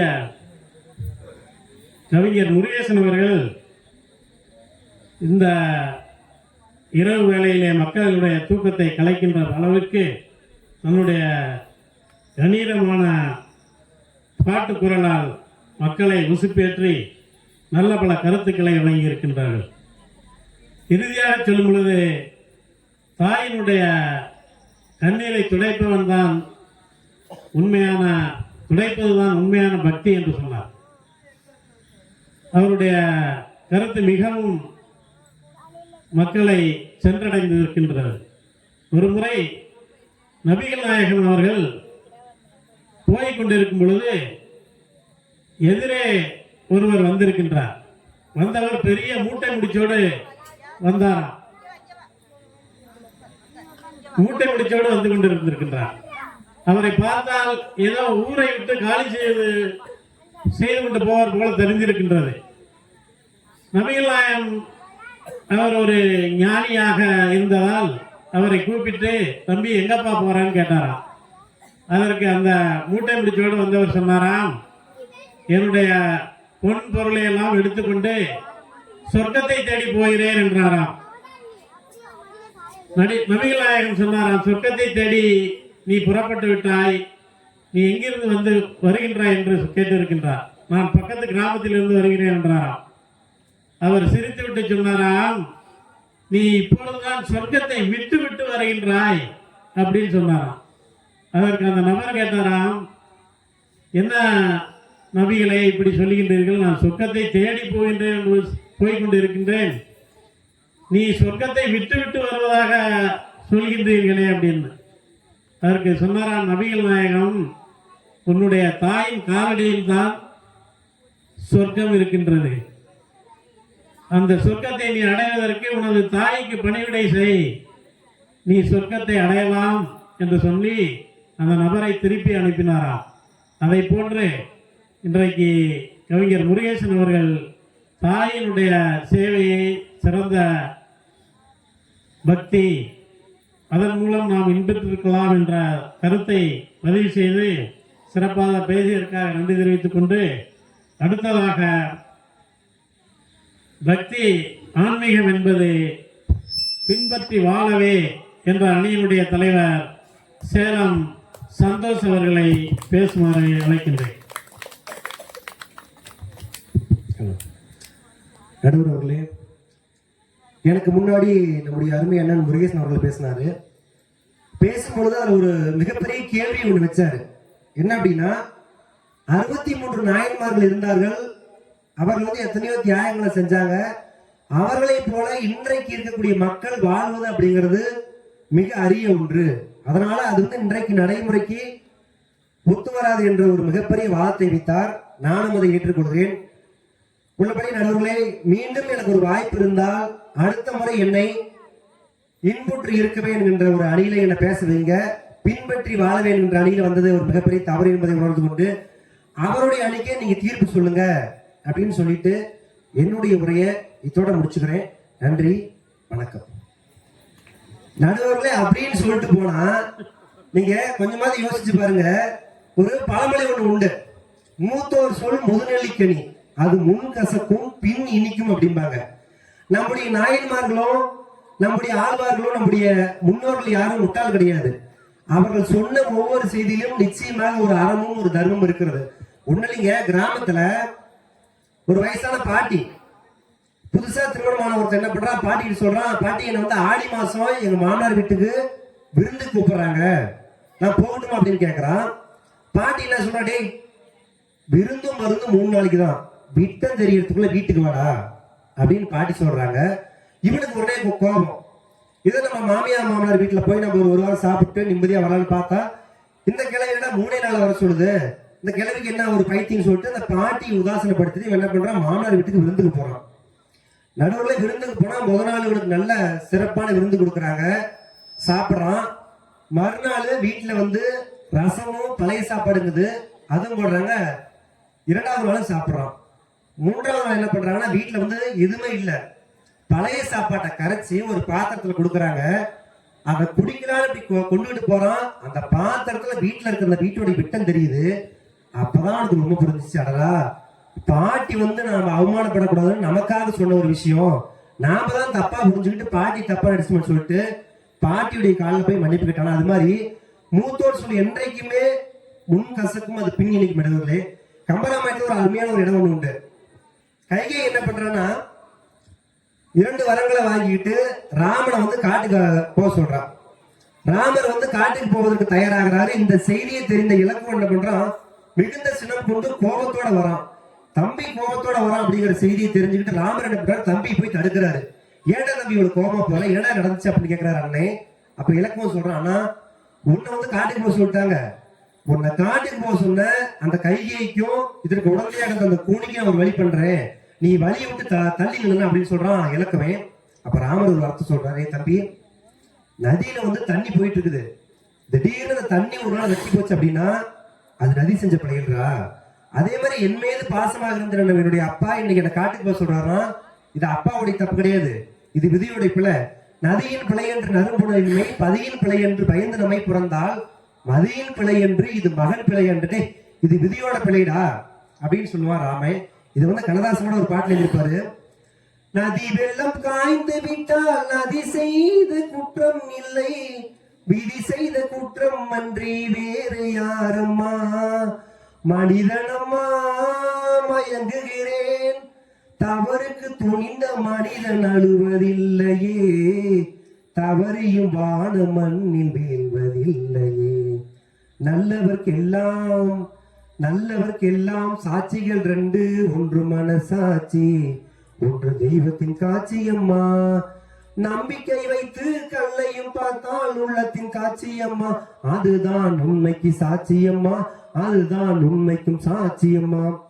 நடுவுல இது விதிதான் காரணம் அப்படிங்கிறாரு. ஒரு வழியா இப்ப என்ன பண்ற இலக்குமே, விதிக்கு விதி செய்யும் என்னுடைய விட்டோலியை காண்டி சொல்லிட்டு என்னுடைய காண்டிபத்தை உயர்த்தி காட்டுறான். எப்படி ஒரு வழியா சமாதானப்படுத்தி ராமர் காட்டுக்கு போறாரு.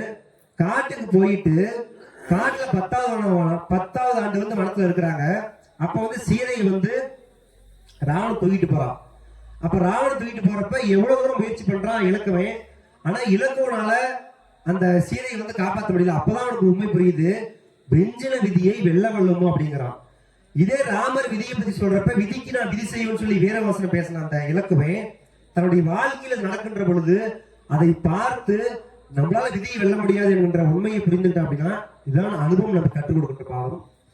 நடுவில் வாரியார் சுவாமி தான் சொல்லுவாரு, நதிகளிலே சிறந்தது என்னன்னு பார்த்தா கங்கை சொல்லுவாங்க. அதே போல மரங்களிலே சிறந்தது கற்பகம், பசுவிலே சிறந்தது காமதேனு புஷ்பம் சொல்லுவாரு. அதே மாதிரி விரதங்களே சிறந்தது இந்த சிவராத்திரி என்கின்ற இந்த அற்புதமான இந்த விரதம். இப்படிப்பட்ட இந்த சிறப்பான விரதத்தை நாம் இன்றைக்கு அனைவரும் வந்து ஏற்படுத்தி கொண்டு இந்த விரதத்தை நாம் மிக சிறப்பாக நடத்தி கொண்டிருக்கிறோம். உள்ளபடி நடுவர்களே, ஆன்மீகம் அப்படின்னா என்னன்னா, இந்த ஆன்மீகத்திற்கு நிறைய விளக்கங்கள் உண்டு. ஆன்மீகத்தை பொறுத்த வரைக்கும் இதுதான் ஆன்மீகம் என்று சொல்லி நீங்க ஒரு வரையறைக்குள்ள வைக்க முடியாது. அன்பாக இருப்பது ஆன்மீகம், பிற உயிர்களை நேசிப்பது ஆன்மீகம், அடுத்தவருடைய பசி அறிந்து அவருக்கு நாம் உணவை கொடுப்பது ஆன்மீகம், அனைத்திற்கும் மேலாக அறத்தையும் தர்மத்தையும் நீதியையும் போதிப்பதும் ஒரு மிகப்பெரிய ஆன்மீகம் தான். உண்மையிலே திருமூலர் கிட்ட ஒருத்தன் கேட்கிறான், சுவாமி ஆன்மீகம் அப்படின்னா என்ன அப்படின்னு. அப்ப திருமூலர் சொல்றாரு, ஆன்மீகம் வேற ஒண்ணும் இல்லப்பா, நீ போகின்ற வழியில ஒரு ஆலயம் இருக்கும். ஆலயத்துல இருக்கக்கூடிய அந்த சிவனோ திருமாலோ ஏதேனும் ஒரு தெய்வம் இருக்கும். அந்த தெய்வத்திற்கு உன்னால முடிஞ்ச ஒரு 2 இலைகளை பிச்சு அந்த தெய்வத்தின் மீது போட்டு அந்த தெய்வத்திற்குரிய மந்திரத்தை சொல்லு, இதுதான் ஆன்மீகம் அப்படிங்கிறாரு. உடனே அடுத்து கேட்கிறேன், சரி சாமி என்னால அதை செய்ய முடியல, என்ன செய்யறது அப்படிங்கிறான். அப்ப மறுபடியும் திரும்ப சொல்றாரு, அப்படியேப்பா உன்னால 2 இலைகளை பிச்சு போட்டு அந்த இறைவனுக்கு உண்டான மந்திரத்தை சொல்ல முடியல அப்படின்னு சொன்னா, நீ போகின்ற வழியிலேயே ஒரு பசுமாடு இருக்கும்.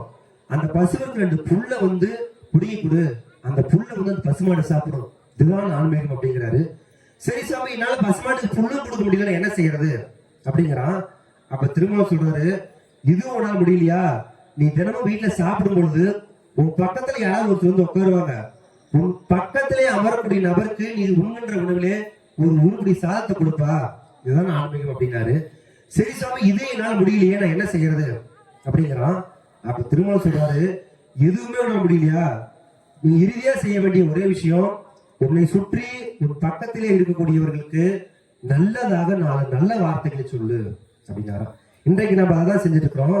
திரும்ப சொல்றாரு, யாவருக்குமாம் இறைவருக்கு ஒரு பச்சிலை, யாவருக்குமாம் பசுவிற்கு ஒரு வாயுரை, யாவருக்குமாம் உண்ணும்போது ஒரு கைப்பிடி, யாவருக்குமாம் இன்னுரை நல்கள் தானே.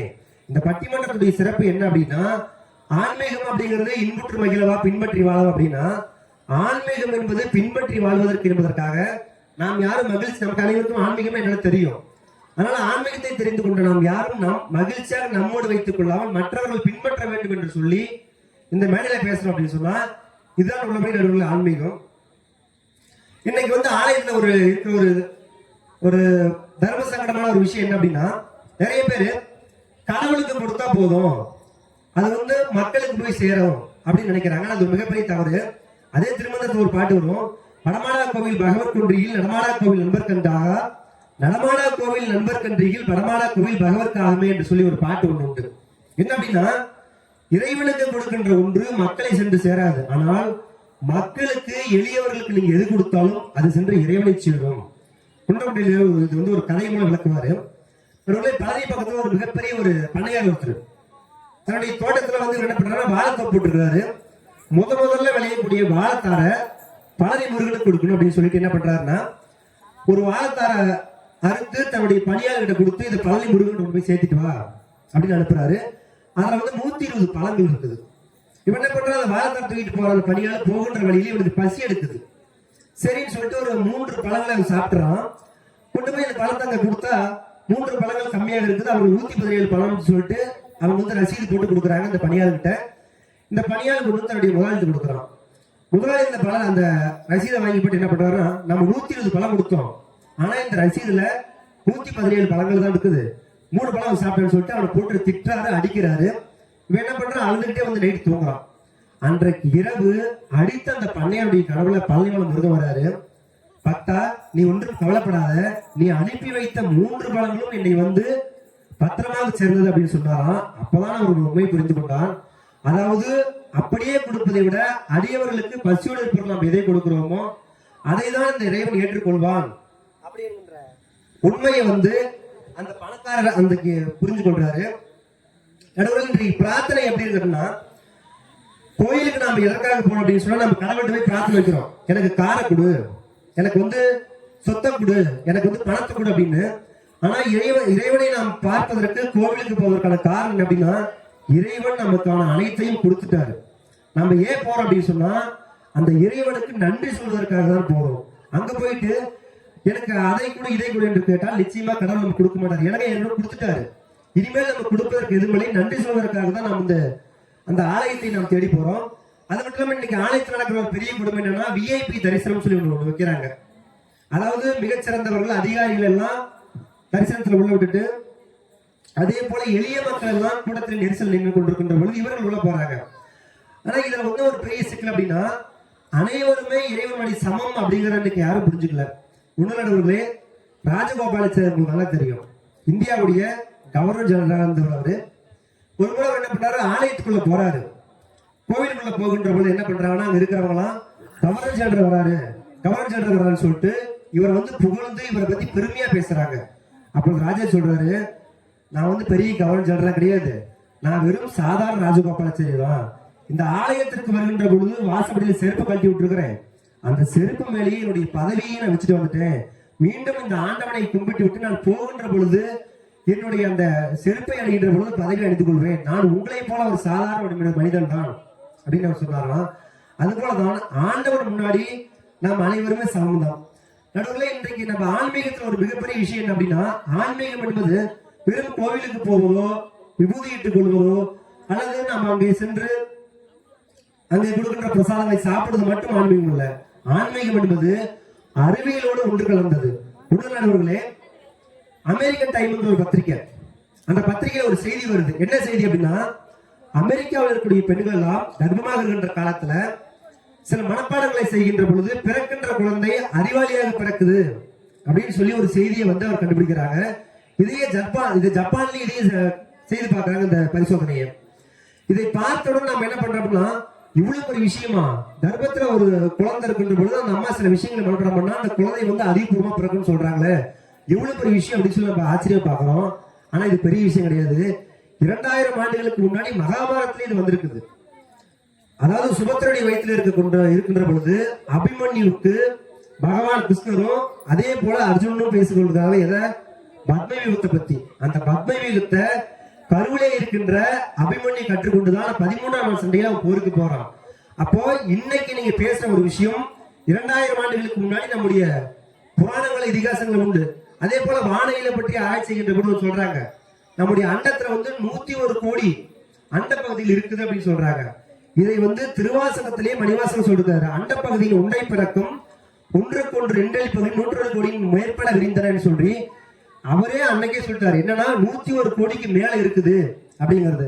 நடுவர்களே, இது அனைத்திற்கும் மேலாக திருமந்திரத்தை எடுத்து படிச்சு பார்த்தா, பிறக்கின்ற குழந்தை ஆண் குழந்தையாக பிறப்பதற்கு என்ன காரணம், பெண் குழந்தையாக பிறப்பதற்கு என்ன காரணம், அதே போல ஒரு குழந்தை பிறக்கின்ற பொழுது கண் பார்வை இல்லாமல் ஊமையாக ஏதாவது பிறக்குது என்று சொல்லி நிறைய குறிப்புகளை நம்முடைய திருமந்திரத்தில் இருக்குது. அதனால நம்முடைய முன்னோர்கள் ஒன்றும் முட்டாள் அல்ல. நம்முடைய நாட்டுல எத்தனையோ பொக்கிஷம் இருக்குது. 1934 வருஷம் ஆங்கிலேயர் வந்து மெக்கால் அப்படின்னு சொல்லக்கூடிய ஒருத்தரை இந்தியாவுக்கு அனுப்புறாங்க. எதுக்கு அப்படின்னா, நீ வந்து இந்தியாவுக்கு போய் இந்த நாட்டை வந்து நம்ம அறிமுகப்படுத்தணும், இந்த நாட்டுடைய வளம் எப்படி இருக்கிறது என்று அறிந்து கொண்டு வா அப்படின்னு சொல்றாங்க. அவனுக்கு வந்து 3.5 ஆண்டுகள் நம்முடைய நாட்டில் இருக்கிறான். 3.5 வருடம் இருந்த பிறகு இவன் என்ன பண்றான், ஆங்கிலேய நாட்டுக்கு போய் இவன் வந்து ஒரு ஆவணத்தை பதிவு செய்யறான்.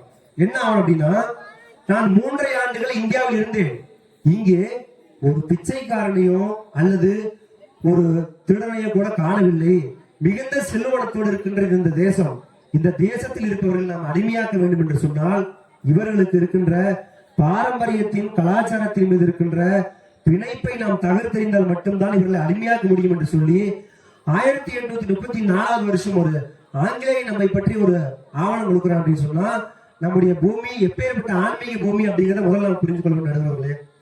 அதே போல இன்றைக்கு நிறைய பேர் வந்து ஆன்மீகத்தை வந்து கிண்டல் பண்ணுவாங்க. அவையோருடைய பாட்டு ஒன்று உண்டு, சிவாய நம என்று சிந்தித்து இருப்போருக்கு அபாயம் ஒரு நாளும் இல்லை, உபாயம் இதுவே மதியாகும், மற்றையெல்லாம் விதியே மதியாகி விடும் என்று ஒரு பாட்டு உண்டு. கண்ணதாசன் வேடிக்கையை சொல்லுவாரு. அவர்கிட்ட ஒருத்தர் வந்து கேட்டாலாம், ஏங்க சிவாய நம என்று சிந்தித்து இருப்போருக்கு அபாயம் ஒரு நாள் இல்லைன்னு சொல்றீங்க, சரி நமச்சிவாய அப்படின்னு நான் சொல்லிட்டு போய் கரண்ட்ல கை வச்சுனா அந்த கரண்ட் வந்து என்ன பிடிக்காம இருக்குமா, அந்த மந்திரம் என்ன காப்பாத்துமா அப்படின்னு கேட்டாலும். அப்ப கண்ணதாசன் சொன்னாராம், இந்த பாருப்பா, சிவாய நம என்று கரண்ட் போட்டியில் கைவிடுவோருக்கு என்று பாட்டு இல்ல, சிவாய நம என்று சிந்தித்து இருப்பவர்களுக்கு தான் கொடுத்துருக்கிறாங்க. நமச்சிவாய என்ற மந்திரத்தை சிந்திச்சுக்கிட்டே இருந்தீங்கன்னா உனக்கு நல்ல சிந்தனை நல்ல அறிவாற்றல் பிறக்கும்பா என்று சொல்லி கண்ணதாசன் அதற்கு விளக்க சொன்னார். அதனால நாம் வந்து ஒருத்தரை குறை சொல்ல வேண்டும் என்று சொன்னால் எப்படி வேண்டுமானாலும் குறை சொல்லலாம். ஆன்மீகம் அப்படின்னா என்ன நடுவர்களே, நான் அழிந்தாலும் பரவாயில்லை, மற்றவர்கள் நன்றாக இருக்க வேண்டும் என்று நினைக்கின்ற எண்ணம் தான் ஆன்மீகம். ஒரு முறை ராமானுஜர் என்ன பண்றாரு, திருக்கோச்சு நம்பிக்கிட்ட போய் நாராயண மந்திரத்துடைய பெருமை என்ன அப்படின்னு கேட்கிறாரு. இவர் என்ன பண்றாருன்னா சொல்ல மாட்டேன் மறுத்துறாரு. இவரை சொல்ல மாட்டேன் மறுத்தோட இவரு ராமானுஜர் போயிடுறாரு. அடுத்த முறை போறாரு. இதே மாதிரி 17 முறைகள் அவரை தேடி சென்று கூட நாராயண மந்திரத்துடைய அர்த்தத்தை திருக்கோச்சு நம்பியவர்கள் ராமானுஜருக்கு சொல்லி கொடுக்கல. 17வது முறை போறாரு. அப்பதான் அவர் அந்த மந்திரத்தை சொல்லித்தராரு. சொல்லும் போது ஒரு நிபந்தனை சொல்றாரு. என்ன அப்படின்னா, இந்த மந்திரத்தை நீ யாருக்காவது சொன்ன அப்படின்னா இந்த மந்திரத்தை எவன் கேட்கின்றானோ கேட்கின்ற அவன் சொர்க்கத்துக்கு போவான், இந்த மந்திரத்தை சொல்லக்கூடிய நீ நரகத்துக்கு போவ, அதனால இந்த மந்திரத்தை யாருக்கு சொல்லாத அப்படிங்கிறாரு திருக்கோச்சி நம்பி. அப்ப ராமானுஜர் என்ன பண்றாருன்னா ரங்கநாதர் ஆலயத்து மேல ஏறிக்கிறாரு. அந்த ஆலயத்து மேல ஏறிக்கிட்டு இந்த மந்திரத்தை சொல்றாரு. சொல்கின்ற பொழுது ஊரே அந்த மந்திரத்தை கேட்குது. கேட்கின்ற பொழுது எல்லாரும் பாக்குறாங்க, ஏன்னா மேல ஏறி மந்திரத்தை சொல்றாரு, தற்கொலை பண்ணிக்க போறாரோ அப்படின்னு பயந்துக்கிறாங்க. அப்ப அந்த மந்திரத்தை சொல்லி முடிச்சுட்டு மறுபடியும் திருக்கோச்சி நம்பிக்கிட்டு போறாரு ராமானுஜர். அப்ப உடனே இவர் சொல்றாரு, நான் உடனே என்ன சொன்னேன், இந்த மந்திரத்தை சொல்கிறவன் நரகத்துக்கு போவா, கேட்கிற சொர்க்கத்துக்கு போகணும்னு சொன்னேன், ஏன் இந்த மந்திரம் சொன்ன அப்படிங்கிற சுவாமி, நான் ஒருவன் நரகத்திற்கு போய் இத்தனை பேர் சொர்க்கத்துக்கு போனா இதை விட என்ன புண்ணியம் எனக்கு வேண்டும் அப்படின்னு சொன்னாராம். இதுதான் ஆன்மீகம். இந்த ஆன்மீகத்தை அனைவரும் போட்டுக்கொண்டு கூறி நன்றி கூறிட்டேன். நன்றி, வணக்கம். வணக்கம். தம்பி சந்தோஷ் பேசும்போது நாயன்மார்களை குறிப்பிட்டு அந்த நாயன்மார்கள் வழியில் நாம் ஏன் நடந்து கொள்ள முடியாது, எளிமையாக நடக்கலாமே என்று நம்பிக்கையை வெளியிட்டார்.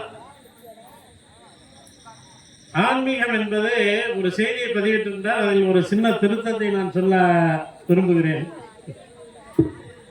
அமெரிக்காவில் இருக்கக்கூடிய பெண்கள் கருவுற்று இருக்கும்போது ஒரு மந்திரத்தை சொல்லுகின்றார்கள். அதனால் அந்த கர்ப்பப்பையில் இருக்கின்ற அந்த கருவானது அறிவுடன் பிறக்கின்றது. ஜப்பானிலும் அதே மாதிரிதான் இருக்கின்றது என்று ஒரு செய்தியை இங்கே பதிவு செய்தார்.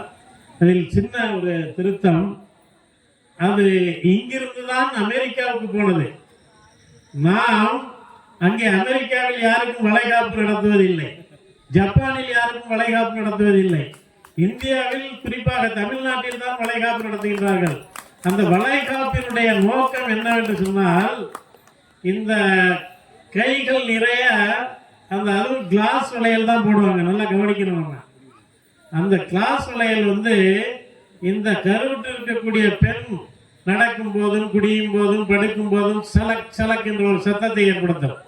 இந்த சத்தத்தை அந்த கருவில் இருக்கக்கூடிய குழந்தை கேட்டு கேட்டு முதலில் கர்ப்பப்பையில் ஜனிக்கின்ற அந்த குழந்தை தலைப்பகுதி அந்த முதுகுப்புறமாகவும் கால் பகுதி வெளியே புறமாகவும் தான் ஜனிக்கும்.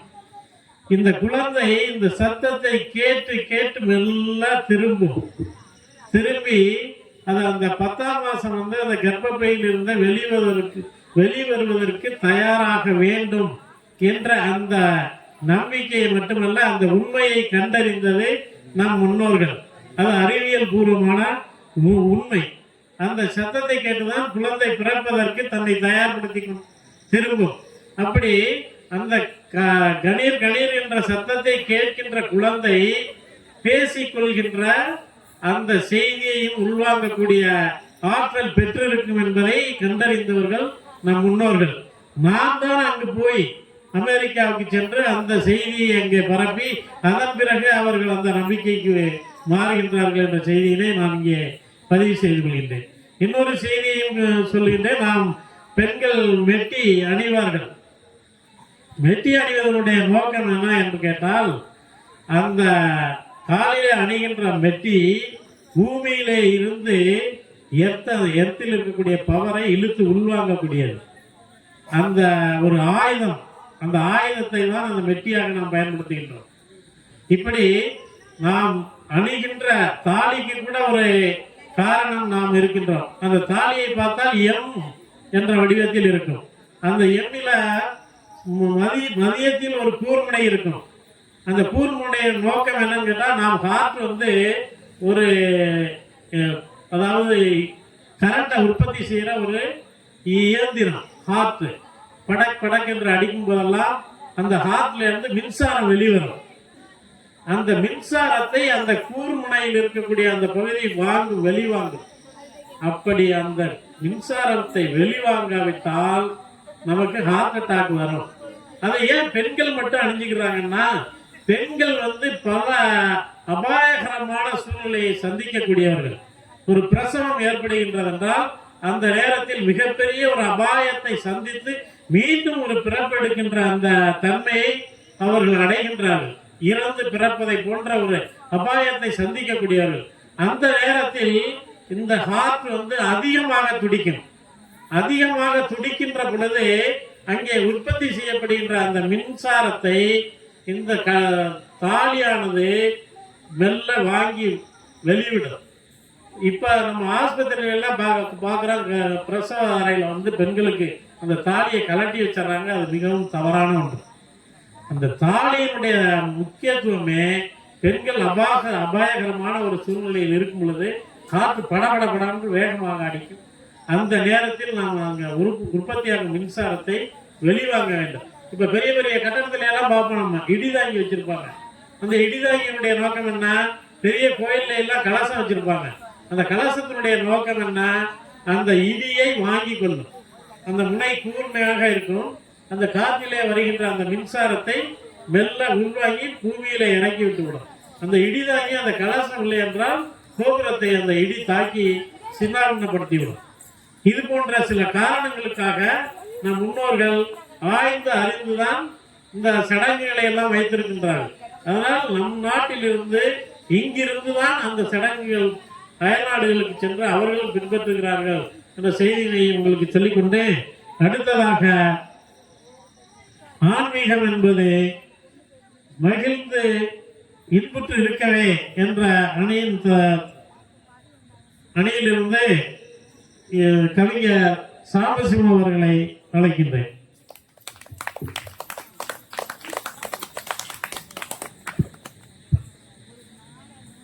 மூவேந்தர் தாளாட்ட உற்சங்கத்தை கிடந்து பாவேந்தர் சென்னாவில் நடைபழகி மொழிபயின்று மங்களூரை வேங்கடமும் மான்குமரி பேராரும் தங்குமிடை தமிழ் உலகின் சங்கத்தில் பிறந்தவளே, புது சரித்திரங்கள் கண்டவளே, சிங்கு நிகர் திராவிடத்தில் சீரிழமை குன்றாத செந்தமிழே, மன்றத்தில் நடைபயிலும் மாத்தமிழே, உன் தென்றல் நடையழகை எண்ணரும் 10 பாட்டும் ஏற்றமிகு 8 தொகையும் 12 திருமுறையும் பைந்தமிழ் இலக்கணமும் கண்ணகியின் காவியமும் கம்பனது ஓவியமும் திண்ணிய முப்பாலும் தந்தளித்த முத்தமிழே, உனக்கு என் முதல் வணக்கம்.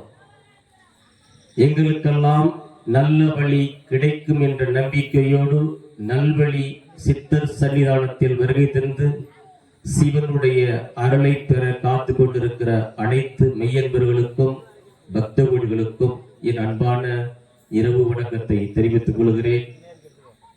எஸ்கே கவி என்பது பெயர் அல்ல, பெருமை. எஸ்கே கவி என்பது பெயர் அல்ல, பெருமை. கம்பராமாயணத்தை கரைத்து குடித்தவர், சிலப்பதிகாரத்தை கரைத்து குடித்தவர். படித்தது ஆங்கில இலக்கியமாக இருந்தாலும் அவர் உள்ளூர ஓடிக்கொண்டிருப்பதெல்லாம் தமிழ் இலக்கியம். 2000 ஆண்டுகளுக்கு முன்பு நம்முடைய தமிழர்கள் வாழ்க்கை முறையை தொகுத்து பகுத்து வகுத்து வாழ்ந்திருக்கிறார்கள்.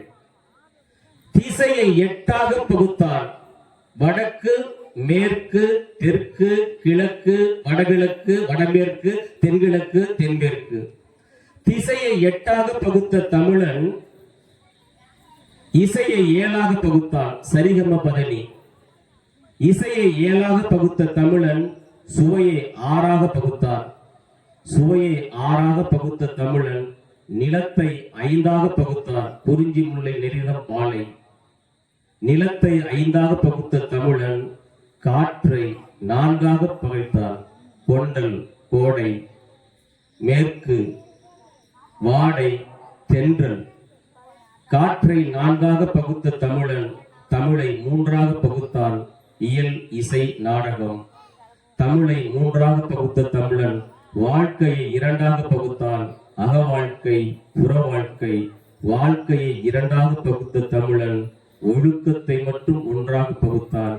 அந்த ஒழுக்கம்தான் பக்தி, அந்த பக்தி தான் ஆன்மீகம். அந்த ஆன்மீகம் என்பது பின்பற்றி வாழ்வது அல்ல, இன்புற்று வாழ்வது.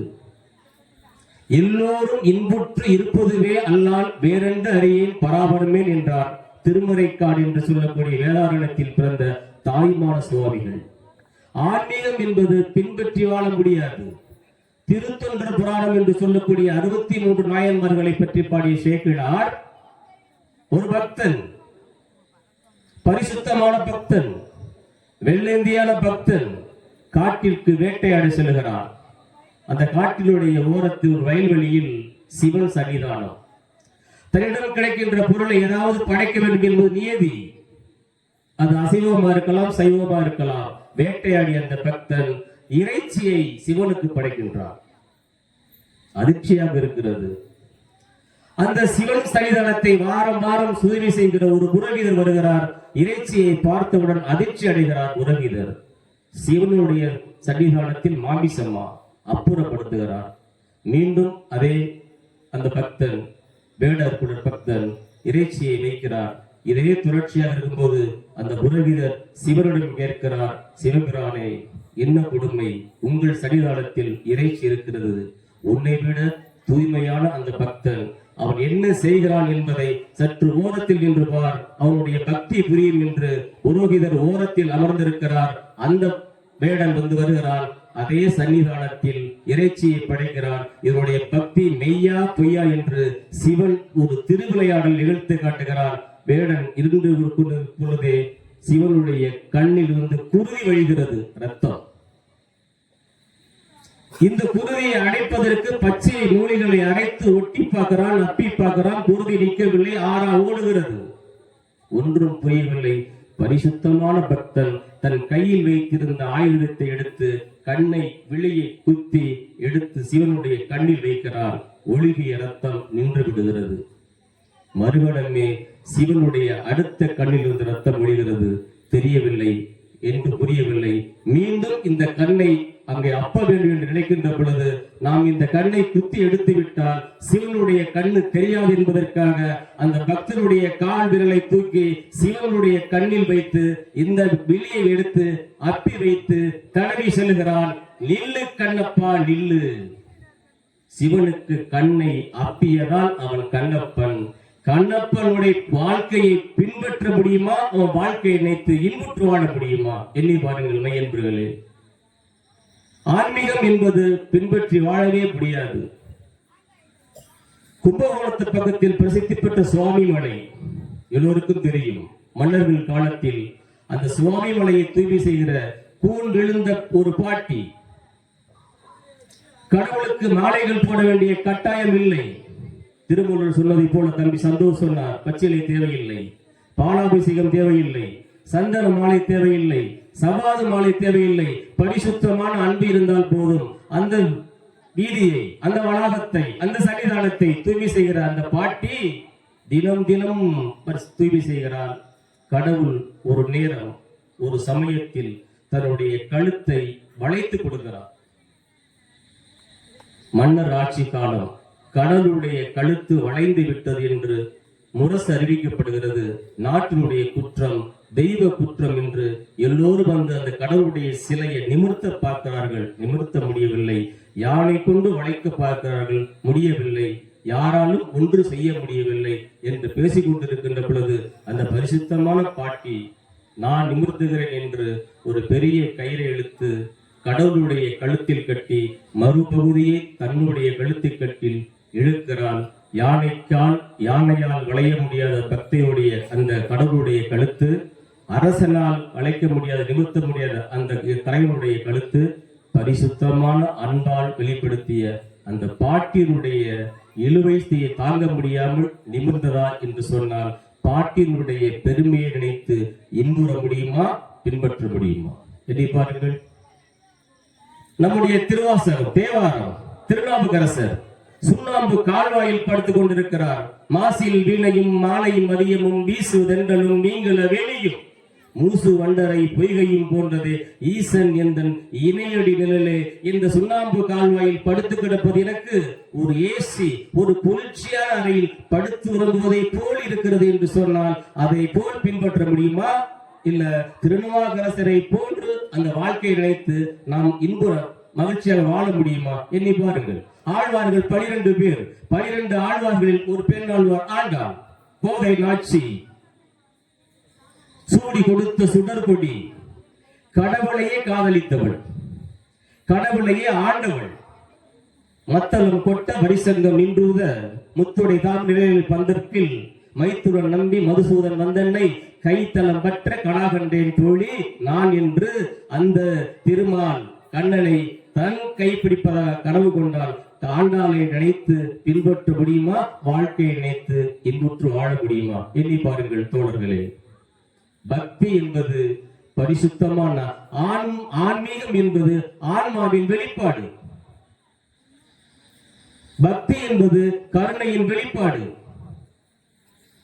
தாயாலே நடந்து சென்றார் காரைக்கால் அம்மையார் திருவலங்காட்டில்.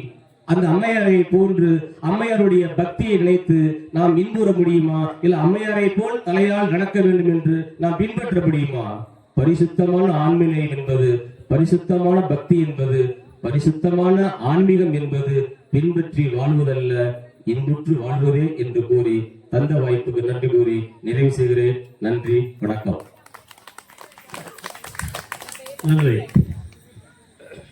ஆன்மீகம் என்பது இன்புற்று இருக்கத்தான் முடியும், பின்பற்றி வாழ முடியாது என்ற கருத்தினை மிகவும் ஆணித்தரமாக தன்னுடைய கணீர் குரலால் பதிவு செய்திருக்கின்றார் கவிஞர் சாம்பசிவம் அவர்கள்.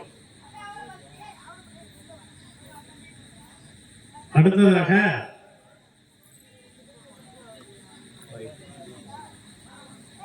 பக்தி ஆன்மீகம் என்பது பின்பற்றி வாழவே என்ற அணியிலிருந்து சாரதா கல்லூரி மாணவி, சேலம் சாரதா கல்லூரி மாணவி காயத்ரியை பேச அழைக்கின்றேன்.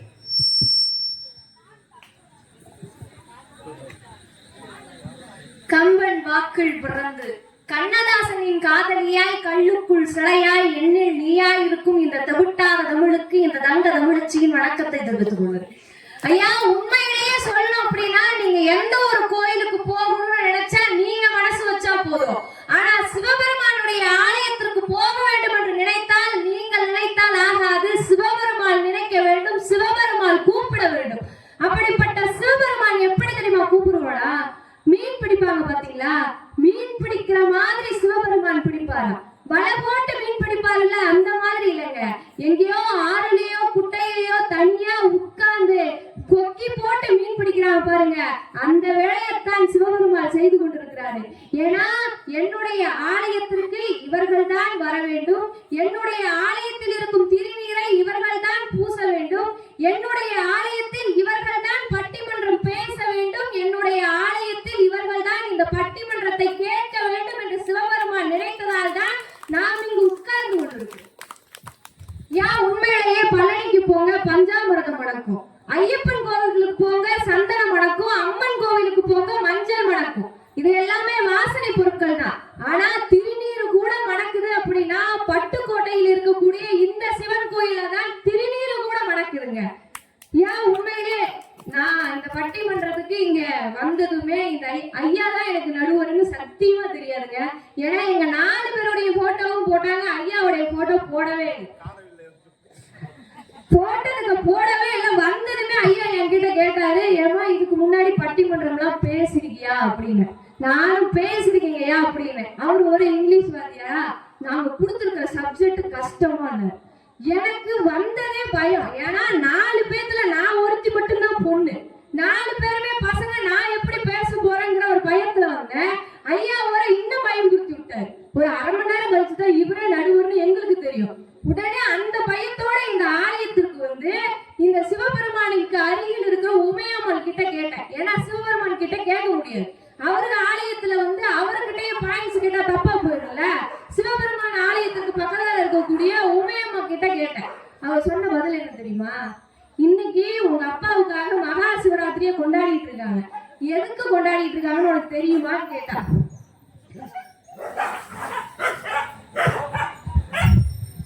எதுக்கு கொண்டாடிட்டு இருக்கீங்கன்னு கேட்டா. எனக்கும் தெரியாது. அவ சொல்றா, இந்த மகா சிவராத்திரியை கொண்டாடுறதுக்கு நிறைய காரணம் இருக்கு தாயி. இந்த மகா சிவராத்திரியில நானும் உங்க அப்பா கிட்ட தவம் இருந்தேன்.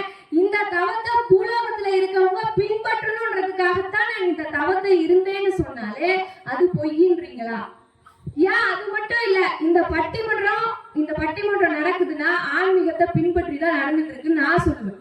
ஏன் தெரியுமா? என் அப்பா சிவபெருமான் இருக்காரு இல்லையா, என் அப்பா சிவபெருமான் ஆடிய திருவிளையாடல் ஏராளம். ஆனா என் அப்பாவுக்கு பிறந்த முருகப்பெருமான் ஆடிய திருவிளையாடல்கள் உங்களுக்கு ஞாபகம் இருக்கும்னு நினைக்கிறேன். ஏன்னா ஒரு முறை அப்பாவுக்கும் தந்தை மகனுக்கும் மிகப்பெரிய சண்டை நடக்குது. ஏன்னா தனக்கு வேதம் தெரியும் அப்படின்னு முருகன் சொல்றான். சரி, அந்த வேதத்தை நீ சொல்லுப்பா அப்படின்னு சிவன் கேட்பாரு. அதுக்கு முருகன் என்ன தெரியுமா சொல்லுவான்? கைகட்டி வாய்ப்புத்தி நீ சீடனாக இரு, நான் அப்பொழுது அந்த வேதத்தை உனக்கு உரைக்கிறேன்னு சொல்லுவார். உடனே கைகட்டி வாய்ப்புத்தி சிவன் அமர்ந்து விடுவாரே. அதற்குத்தான் சிவனுக்கும் முருகனுக்கும் அப்பனுக்கும் பாடம் சொன்ன முருகன் பேர் வாங்குவாரு. இந்த ரெண்டு அப்பாவிற்கும் பாடம் சொல்வதற்காக முருகப்பெருமானாக நாங்கள் இங்கு இருக்கிறோம். சிவபெருமான் இந்த திருவிளையாடலை விளையாட வேண்டும் என்று ஆசைப்பட்டு விட்டார். ஐயா, ஒண்ணுமில்ல, இந்த ஆன்மீகம்னு பற்றி பேசிட்டு இருக்கீங்க இல்லையா, இன்னைக்கு ராமாயணம் ஒரு கதையை எடுத்துக்கோங்க. ராமாயணத்துல சொல்லக்கூடியது என்ன? இன்னைக்கு நீங்க எந்த ஒரு பொண்ணுகிட்ட வேணாலும் போய் கேளுங்க, உங்களுக்கு எப்படிப்பட்ட கணவன் வேணும்னு கேளுங்க. ஏங்க எப்படி தெரியுமா சொல்லுவா? ராமன் மாதிரி வேணும்னு சொல்லுவா. ஏன் என்கிட்ட கூட கேளுங்க, நானும் அதைத்தான் சொல்லுவேன். ஏன் தெரியுமா? ராமன் அடுத்தவன் பொண்டாட்டி மேல ஆசையே படல, மனசால கூட இல்ல, கனவால கூட ஆசைப்படல. ஏன்? அடுத்தவன் பொண்டாட்டி மேல ஆசைப்பட்டா அழிஞ்சு போயிருவன்றத ராமாயணம் சொல்லுது. எங்க நடுவர் அவர்கள் தன் மனைவியை தவிர அடுத்தவன் மனைவி மேல ஆசைப்பட்டிருக்காருன்றத கேளுங்க. அந்த ஆன்மீகத்துல சொல்றதுனாலதான் அவர் பின்பற்றிட்டு இருக்காரு. ஐயா, ஒண்ணும் இல்ல, இப்ப ராவணனை பத்தி பேசிட்டு இருந்தலையா, கீழே ஒரு 2 அக்கா பேசுறாங்க. என்ன தெரியுமா? ராவணன் சீதையை பார்க்கறதுக்கு முன்னாடி இந்த பொண்ணு பார்த்திருந்தா இந்த பொண்ணை தாண்டி தூக்கிட்டு போயிருப்பான். என்னக்கா பண்றது? ராவணனும் இல்ல, ராமனும் இல்ல. இங்க பேசிட்டு இருக்கேன் இல்லையா. ஏன் ராமாயணம் மட்டும் இல்லைங்க, என் அப்பா திருவிளையாடல் எத்தனையோ திருவிளையாடல் இருக்கு. திருவிளையாடல் புராணத்தை படிக்கலனாலும் சரி, சிவாஜி கணேசன் நடிச்ச திருவிளையாடல் திருவிளையாடல் படத்தை பார்த்திருப்பீங்கன்னு நினைக்கிறேன். எனக்கு அந்த படத்துல பிடிச்ச சீன் எது தெரியுமா? என் அப்பனுக்கும் என் அம்மாவுக்கும் சண்டை வரும் பாருங்க, அந்த சீன் தான் எனக்கு ரொம்ப பிடிக்கும். ஏன்னா என் அம்மா என்ன தெரியுமா சொல்லுவா? என் அப்பா வீட்டுக்கு போறேன் அப்படின்னு எங்க அம்மா பார்வதி தேவி கேட்பா. என் அப்பா வீட்டுக்கு போய்கிட்டு வரேன் ஐஸ் வச்சு கேட்பாங்க. அந்த சீனை பாருங்க, ஐஸ் எங்க அப்பா வீட்டுக்கு போயிட்டு வரேங்க அப்படின்னு சொல்லு. சிவபெருமான் கோவத்துல சொல்லுவாரு, என்னை கூப்பிடாத வீட்டுக்கு நீ போகவே கூடாது அப்படின்பாரு. இந்த பொண்ணு எவ்வளவோ கேட்கும், நான் போறேன்னு சொல்லு. சரி போகும்பாரு. போயிட்டு வான்னு சொல்லுப்பா அப்படின்பாரு. கிடையாது, நீ போன்னு சொல்லிடுவாரு. உடனே அந்த பொண்ணு அங்கிருந்து போயிடும். போயிட்டு தன்னுடைய தந்தை வீட்டுல அவமானப்பட்டுத்தான் திரும்பி வருவா. திரும்பி வந்ததுக்கு அப்புறமா தன்னுடைய கணவன் கிட்ட கதறுவா, அழுகுவா. என்னை ஏத்துக்கோங்க, நான் தெரியாம தப்பு பண்ணிட்டேன், என்னை தெரியாம தப்பு பண்ணிட்டேன்னு சொல்லுவா. உடனே இவர் நீ யாருன்னே தெரியாது போன்னு சொல்லுவாரு. உடனே 2 பேருக்கும் சண்டை வரும். சிவம் இல்லாமல் சக்தி இல்லை, சக்தி இல்லாமல் எவனும் இல்லை. இன்னைக்கு இந்த மாதிரி சண்டை இந்த பட்டுக்கோட்டையில நடந்துதானே இருக்கு. இந்த சண்டை முடிஞ்சதுக்கு அப்புறமா என் சிவபெருமான் என்ன தெரியுமா சொல்லுவாரு? ஆணும் பெண்ணும் சேர்ந்தால்தான் உலகம், என்னில் பாதியை உனக்கு தருகிறேன்னு சொல்லி தன் உடம்பில் பாதியை தந்திருப்பாரு. இன்னைக்கும் எங்க நடுவர் சண்டை போட்டால் இந்த வார்த்தையை தான் முன்வைத்துட்டு இருக்காரு. ஏன் எதிரில சண்டை போட்டாலும் இந்த வார்த்தையை தான் தன் மனைவி கிட்ட சொல்லி சமாதானப்படுத்திட்டு இருக்காங்களா இல்லைன்னு கேளுங்க. ஏங்க அதெல்லாம் இருங்க, உங்க கணவர்கள் இதை சொல்லித்தான் சமாதானப்படுத்துவாங்க. உண்மையா பொய்யா? இந்த காயத்ரி சொல்ற இந்த சம்பவம் ஒரு சிவன் ராத்திரி இரவில் நடந்த சம்பவம். ஒரு சிவன் ராத்திரியில் இரவு நேரத்தில் தன்னுடைய உடம்பில் பாதியை சக்திக்கு சிவன் கொடுத்த நிகழ்வு நடந்தது இந்த சிவன் ராத்திரி அன்றுதான் என்ற செய்தியையும் உங்களுக்கு வழங்குகிறேன். ஏங்க இது மட்டும் இல்லைங்க. சரி, நீ தான் சொல்றியே ஆன்மீகத்தை பின்பற்றனா எப்படி வாழ முடியும்னு கேக்குறீங்க. நீங்க எல்லாம் கேட்கற கேள்வி எனக்கு கேக்குது. ஒண்ணு இல்லைங்க, ஒரு பொண்ணுக்கு வயசு அதிகம். காசி ராஜாவுடைய பொண்ணு இருப்பாங்க, அந்த பொண்ணுக்கு வயசு அதிகம், கல்யாணமா இருக்காது. அந்த பொண்ணு எப்படி இருக்குன்னா என்ன மாதிரியே அழகா இருப்பாங்க.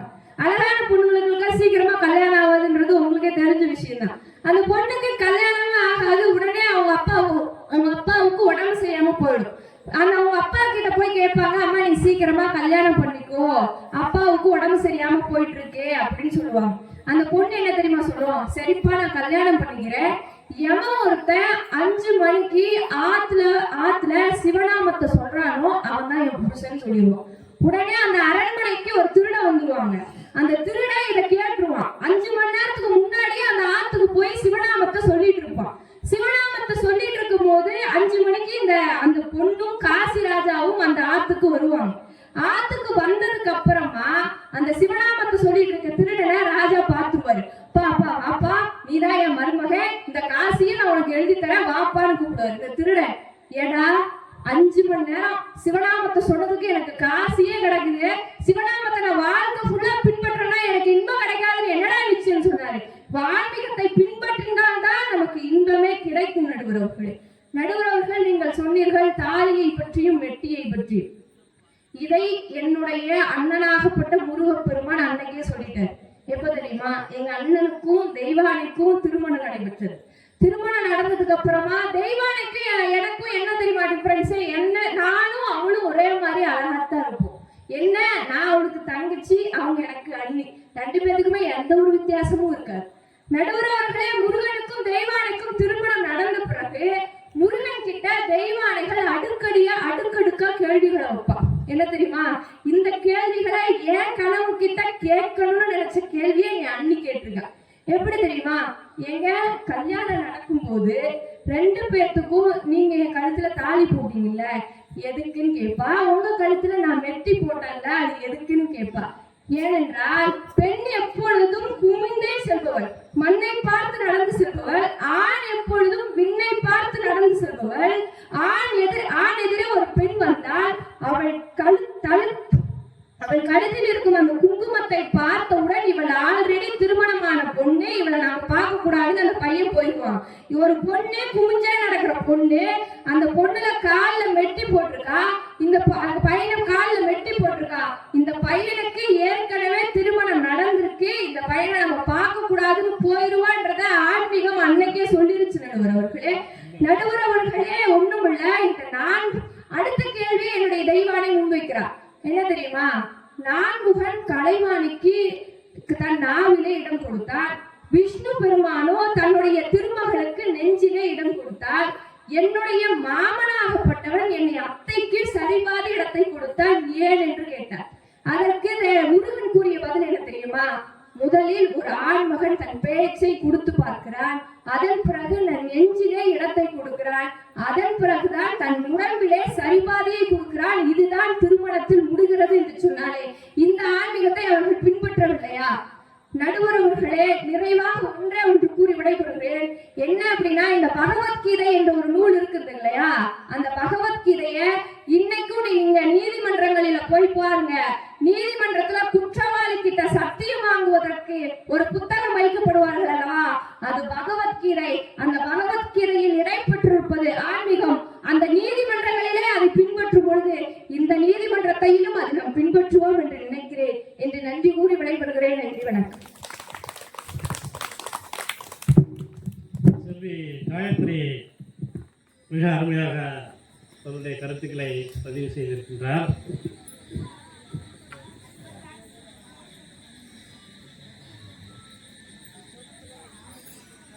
அதாவது நீதிமன்றத்திலே வழக்காடுபவர்கள் முதலில் சத்திய பிரமாணம் செய்து கொள்ள வேண்டும். நான் சொல்வதெல்லாம் உண்மையை தவிர வேறில்லை என்று. அப்பொழுது அந்த பகவத்கீதை, இந்துவாக இருந்தால் பகவத்கீதை, கிறிஸ்தவராக இருந்தால் பைபிள், இஸ்லாமியராக இருந்தால் குரான், அந்த புத்தகத்திலே அவர்கள் சத்தியபிரமாணம் வாங்கிக் கொள்வார்கள். அப்பொழுது சாதாரண ஒரு வழக்குக்கு கூட அந்த ஆன்மீகத்தை நாம் பின்பற்றுகின்றோமே என்ற ஒரு அருமையான கருத்தினை இங்கே பதிவு செய்திருக்கின்றார். அவருக்கு நன்றி. அடுத்ததாக இப்பொழுது தீர்ப்பு வழங்க வேண்டும். இருவர் இந்த அணியிலே பேசி இருக்கின்றார்கள். கவிஞர் முருகேசன் அவர்கள் சொன்னார்கள், தனி ஒருவனுக்கு உணவில்லையெனில் ஜகத்திலே அழித்திடுவோம் என்றான் பாரதி. அவன் யாரை பார்த்து சொல்கின்றான்? சக்தியை பார்த்து சொல்கின்றான். இறைவி இறைவனுடைய மனைவியை பார்த்து கேட்கின்றான், தனி ஒரு மனிதனுக்கு உணவில்லை என்றால் இந்த நீ உருவாக்கிய இந்த உலகத்தை அழித்து விடுவோம் என்று சபதம் ஏற்கின்றான். அப்பொழுது என்றால் என்ன? மனிதனுக்கு நீ இன்பத்தை கொடு, காணி நிலம் வேண்டும், பராசக்தி காணி நிலம் வேண்டும் என்கிறான். காணி நிலத்தை கொடு, அப்போதுதான் நீ இந்த உலகத்தை படைத்ததற்கு ஒரு அர்த்தம் இருக்கும் என்று மிகவும் ஆணித்தரமாக ஆவேசமாக கேட்கின்றான். அதையெல்லாம் இங்கே பதிவு செய்திருக்கின்றார்கள். கவிஞர் சாம்பசிவம் அவர்கள் பேசும்போது சொன்னார்கள், ஆன்மீகத்தை நாம் இன்புற்றுதான் இருக்க முடியும், பின்பற்றி வாழ முடியாது. ஆன்மீகம் என்பது மனிதனுக்கு கிடைத்திருக்கக்கூடிய ஒரு வரப்பிரசாதம். கண்ணப்ப நாயனாருடைய கதையை மிகவும் அழகாக அற்புதமாக சொன்னார். அதில் அந்த கண்ணப்ப நாயனார் தன்னுடைய கண்களை அந்த இறைவனுக்கு பிரித்து அப்பியது ஒரு சிவன் ராத்திரியில் தான்.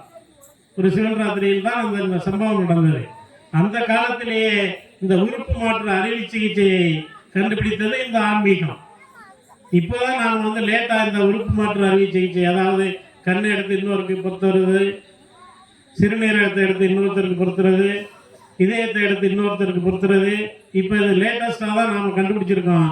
ஆனால் எத்தனையோ ஆண்டுகளுக்கு முன்னால இந்த ஆன்மீகமானது அந்த உறுப்பு மாற்று அறுவை சிகிச்சை எப்படி இந்த கண்ணப்ப நாயனார் ஒரு மருத்துவரை போன்று தன்னுடைய கண்களை தான் கையில் வைத்திருந்த அம்பால் குத்தி கிழித்து எடுத்து சிவபெருமானுக்கு அப்பியதை கொண்டு இந்த ஆன்மீகம் என்பது எவ்வளவு ஒரு இன்பமானது என்பதை அவர் பதிவு செய்திருக்கின்றார். காரைக்கால் அம்மையார் புனிதவதியினுடைய கணவன் தத்தன் 2 மாம்பழங்களை வாங்கி தன்னுடைய கடையில் வேலை செய்த பணியாளரிடம் இதை வீட்டிலே கொடுத்து விட்டு வா என்று சொல்லி அனுப்புகின்றான். அந்த பணியாளர் 2 மாம்பழங்களை கொண்டு போய் காரைக்கால் அம்மையாரிடம் கொடுத்து விட்டு கடைக்கு வந்து விடுகின்றான். மதிய உணவுக்காக அந்த தனதத்தன் வீட்டுக்கு செல்கின்றான். மதிய உணவுக்கு அவன் சாப்பிடுவதற்கு ஒரு மாம்பழத்தை அறிந்து கொண்டாந்து வைக்கின்றான் அந்த காரைக்கால் அம்மையார். பழம் மிகவும் அருமையாக இருந்திருக்கின்றது. எனவே எங்கே அந்த இன்னொரு பழம், அதையும் அறிந்து கொண்டு வா என்கின்றான். இன்னொரு பழம் என்ன ஆனது நமக்கெல்லாம் தெரிந்திருக்கும். சமையல் கூடத்திலே குழம்பு கொதித்துக் கொண்டிருக்கின்ற, சாம்பார் கொதித்துக் கொண்டிருக்கின்ற நேரத்தில் சாதத்தை மட்டும் வடித்து வைத்திருந்தால் காரைக்கால் அம்மையார் புனிதவதி ஒரு பரதேசி அம்மா பசிக்கின்றது என்கின்றான். வடித்த சாதத்தை மோரை போட்டு கிளறி குழம்பு அடுப்பிலே இருக்கின்றது என்று சொல்லி அந்த மாங்கனியில் ஒன்றை முன்பே அறிந்து அந்த பரதேசிக்கு அவள் உணவு படைத்து விட்டார். தன்னுடைய கணவன் வாங்கி அன்போடு கொடுத்ததாயிற்றே என்று மனசுக்குள்ளே ஒரு நெருடலோடு சமயக்கட்டுக்குள் போறாள். ஏதோ எடுத்து வருகிறேன் என்று சொல்லி அங்கே ஒரு மாங்கனி அங்கே விழுகின்றது. யார் கொடுத்தது? தன்னுடைய பக்தை தன்னுடைய கணவனிடத்திலே குற்றவாளியாக ஆகக்கூடாது, தன்னுடைய பக்தை தர்ம சங்கடத்திற்கு ஆளாகக்கூடாது, தன்னுடைய பக்தை கண்ணீர் வடிக்கக்கூடாது என்று புனிதவதியை காப்பாற்றுவதற்காக இறைவன் இன்னொரு அதே போன்ற அது ஒரு மாங்கனி இன்னொன்று வேற்றுமையாக இல்லாமல் அதே மாங்கனியை கொண்டு வந்து படைத்தான் என்றால் அவன் மக்கள் இன்புற்று இருக்க வேண்டும் என்பதற்காகத்தான் அந்த மாங்கனியை கொண்டு வந்து அவன் படைக்கின்றான். மாறன் என்ற ஒரு விவசாயி தன்னுடைய வீட்டில் இருந்த நெல்லை வயலிலே விதைத்து விட்டு வந்து விடுகின்றான். மழை கொட்டுகின்றது. அன்றைய தினம் அவருடைய வீட்டிலே சமைப்பதற்கு எதுவுமே இல்லை. மிகப்பெரிய விவசாயி. எந்த பரதேசி இருந்தாலும் தன்னுடைய வீட்டிலே உணவு சமைத்து பரிமாறி அனுப்புவது அவருடைய வழக்கம். நைட்டு ஒரு 12 மணி இருக்கும். இந்த சிவன் ராத்திரி தான் அந்த சம்பவமும் நடந்தது. இருவரும் கணவன் மனைவி இருவரும் தூங்க சென்று விட்டார்கள் பட்டினியாக. கதவு தட்டுகின்ற சத்தம் கேட்கின்றது. மாறனுடைய மனைவி எழுந்து கதவை திறக்கின்றார். நிற்பவர் பரதேசி. மழையோடு நனைந்து கொண்டு குளிரில் நடுங்கிக் கொண்டு அம்மா பசிக்கின்றது என்கிறான். உள்ளே வாருங்கள் என்று திண்ணையில் அமர வைத்துவிட்டு தூங்கிக் கொண்டிருக்கின்ற கணவனை போய் எழுப்புகின்றார். மாறனுடைய மனைவி மாறனை எழுப்புகின்றார். சம்பவத்தை சொல்லுகின்றார். இருவரும் சற்று நேரம் ஏதோ பேசிக் கொள்கிறார்கள். பரதேசியிடம் ஒரு துண்டை கொடுத்து உங்களுடைய தலையை நன்றாக துவட்டுங்கள் என்று கொடுத்துவிட்டு சற்று நேரத்தில் வருகிறேன் என்று மாறன் வெளியிலே செல்லுகின்றான். வயலுக்கு செல்லுகின்றான். வயல் நிரம்ப தண்ணி மிதந்துகிட்டு இருக்கு. ஒரு மம்பட்டியை வைத்து ஒரு வரப்பில் ஒரு ஓரமாக வெட்டி விடுகின்றான். அவன் கொண்டு போன அந்த மெழுகாத கூடையை அந்த மடைவாயிலே வைக்கின்றான். நெல்லெல்லாம் வந்து கூடையிலே அரித்து கொண்டு வந்து விழுகின்றது. அரை கூடை வந்ததும் மடையை கட்டிவிட்டு நெல்லை தூக்கி கொண்டு வீட்டுக்கு செல்கின்றான். வீட்டிலே போய் இந்த நெல்லை சூடுபடுத்தினால்தான் அவளாக்க முடியும். சமைப்பது என்பது வேறு. அவள் அன்று சமைத்து பரிமாற விரும்பவும் இல்லை, அதற்கான சூழ்நிலையும் இல்லை. சில பேர் அதை தவறாக கதையிலே சொல்லுகின்றார்கள். அந்த நெல்லை சூடாக்கி உரலில் போட்டு இடித்து அவளாக்கி அதை அந்த பரதேசிக்கு வழங்க வேண்டும் என்பது அவர்களுடைய நோக்கம். நல்ல மழை, விறகெல்லாம் நனைந்து கிடக்கின்றது. தன்னுடைய கூரை வீட்டில் உள்ள ஒரு குச்சியை பிடுங்கி குழந்தை அடுப்பிலே வைத்து நெல்லை வறுத்து சூடாக்கி உரலிலே போட்டு இடித்து அந்த அவளை கொண்டு போய் அந்த பரதேசியிடம் நீட்டுகின்றார்கள். பரதேசி வானத்துக்கும் பூமிக்கும் ஒரே தீப்பந்தம் போல சொருக்கமாக காட்சி தருகின்றார். காட்சி தந்து மறைந்து விடுகின்றார். அப்பொழுதுதான் அவர்களுக்கு தெரிந்தது, வந்திருப்பது இறைவன் நம்மை சோதிப்பதற்காக வந்திருக்கின்றான் என்ற செய்தியை அவர்களுக்கு தெரிகிறது. சிவபெருமான் அப்பொழுது வந்து சென்றதை, ஏன் சிவபெருமான் அங்கு வந்திருக்கின்றான்? சிவனடியார்கள் பட்டினியாக படுத்திருக்கின்றார்கள். பட்டினியாக படுக்கக்கூடாது, அவருடைய பசியை போக்க வேண்டும். நிச்சயமாக அவர்கள் நாம் அங்கு சென்றால்தான் இந்த சம்பவம் நடக்கும் என்று தன்னுடைய பக்தர்களின் பசி போக்குவதற்காக காட்சி அளிக்கின்றார். அப்பொழுது இளையாங்குடி மாறநாயனார், அதற்கு பிறகுதான் மாறன் நாயனார் ஆகின்றார். அந்த பட்டம் வழங்கப்படுகின்றது. அப்ப அந்த பக்தர்களினுடைய பசி போக்கி அவர்களை இன்புற்று இருக்க செய்வதற்காக அங்கே அவன் பிரவேசம் செய்கின்றான். அப்பூதியடிகள் பக்கத்திலே, கும்பகோணத்திற்கு பக்கத்திலே அப்பூதியடிகள். மகனுக்கு திரு நீலகண்டன், மகனுடைய பெயர். கடைக்கு நீலகண்டன், தண்ணீர் பந்தலுக்கு நீலகண்டன், தெருவுக்கு நீலகண்டன், எதை எடுத்தாலும் நீலகண்டன். திருநாவுக்கரசர் என்ற பெயரை வைத்திருக்கின்றார். திருநாவுக்கரசர் ஒரு நாள் அந்த அங்கே இருக்கக்கூடிய கடையுடைய பெயர்களை எல்லாம் பார்த்துவிட்டு அங்கே செல்கின்றார். அந்த நபரை, அப்பூதியடிகளை பார்க்க வேண்டும் என்று சென்றால் அவர்களிடம் கேட்கின்றார், என்ன எல்லாமே திருநாவுக்கரசர், எல்லாமே திருநாவுக்கரசர் என்று வைத்திருக்கின்றீர்களே, அவர் யார் என்று தெரியாதது போல் கேட்கின்றார். அவர்கள் சொல்கின்றார்கள், திருநாவுக்கரசர் தான் எங்களுடைய குலதெய்வம், திருநாவுக்கரசர் தான் எங்களுடைய வழிகாட்டி, திருநாவுக்கரசர் தான் எங்களுடைய உயிர் மூச்சு என்று சொல்லுகின்றார்கள். அப்படியா என்று சிரித்துவிட்டு, நான் தான் அந்த திருநாவுக்கரசர் என்று சொன்னதும் நெடுஞ்சான்கடையாக விழுந்து வணங்கிவிட்டு, நீங்கள் எங்கள் வீட்டில் உணவருந்து விட்டு தான் செல்ல வேண்டும் என்று அவர்கள் பிடிவாதம் செய்கின்றார்கள். அவரை ஏற்றுக்கொண்டு குளித்து விட்டு வாரேன் சமயங்கள் என்று சொல்லிவிட்டு வெளியில் சென்று வருவதற்குள் இவர்கள் சமைத்து ரெடி பண்ணி வைத்துவிட்டு தன்னுடைய மகனை, மூத்த மகனை அழைத்து வாழை இலையை அறுத்து வரச் செய்கின்றார்கள். வாழை இலையை அறுக்கச் சென்ற மகனை அங்கே நாகம் தீண்டி விடுகின்றது. நாகம் தீண்டி அந்த பையன் கத்துகின்ற அலறல் கேட்ட இவள் வெளியில் சென்று தாய் பார்க்கின்றால் அங்கே மகன் இறந்து கிடக்கின்றான். கணவனும் மனைவியும் இறந்த மகனை தூக்கி வந்து வீட்டினுடைய ஒரு மூலையில் வைத்து மூடிவிட்டு, பாயை போட்டு மூடிவிட்டு திருநாவுக்கரசருக்கு விருந்து பரிமாறுகின்றார்கள். திருநாவுக்கரசர் சாப்பிட்டு விட்டு, எங்கே உங்க மகன் திருநாவுக்கரசர், அவனை கூப்பிடுங்கள், அவனுக்கு விபூதி பூசிவிட்டு செல்கின்றேன் என்கின்றார். இல்லை, அவன் வர முடியாத சூழ்நிலையில் இருக்கின்றான் அப்படின்னு சொல்றாங்க ரெண்டு பேரும்.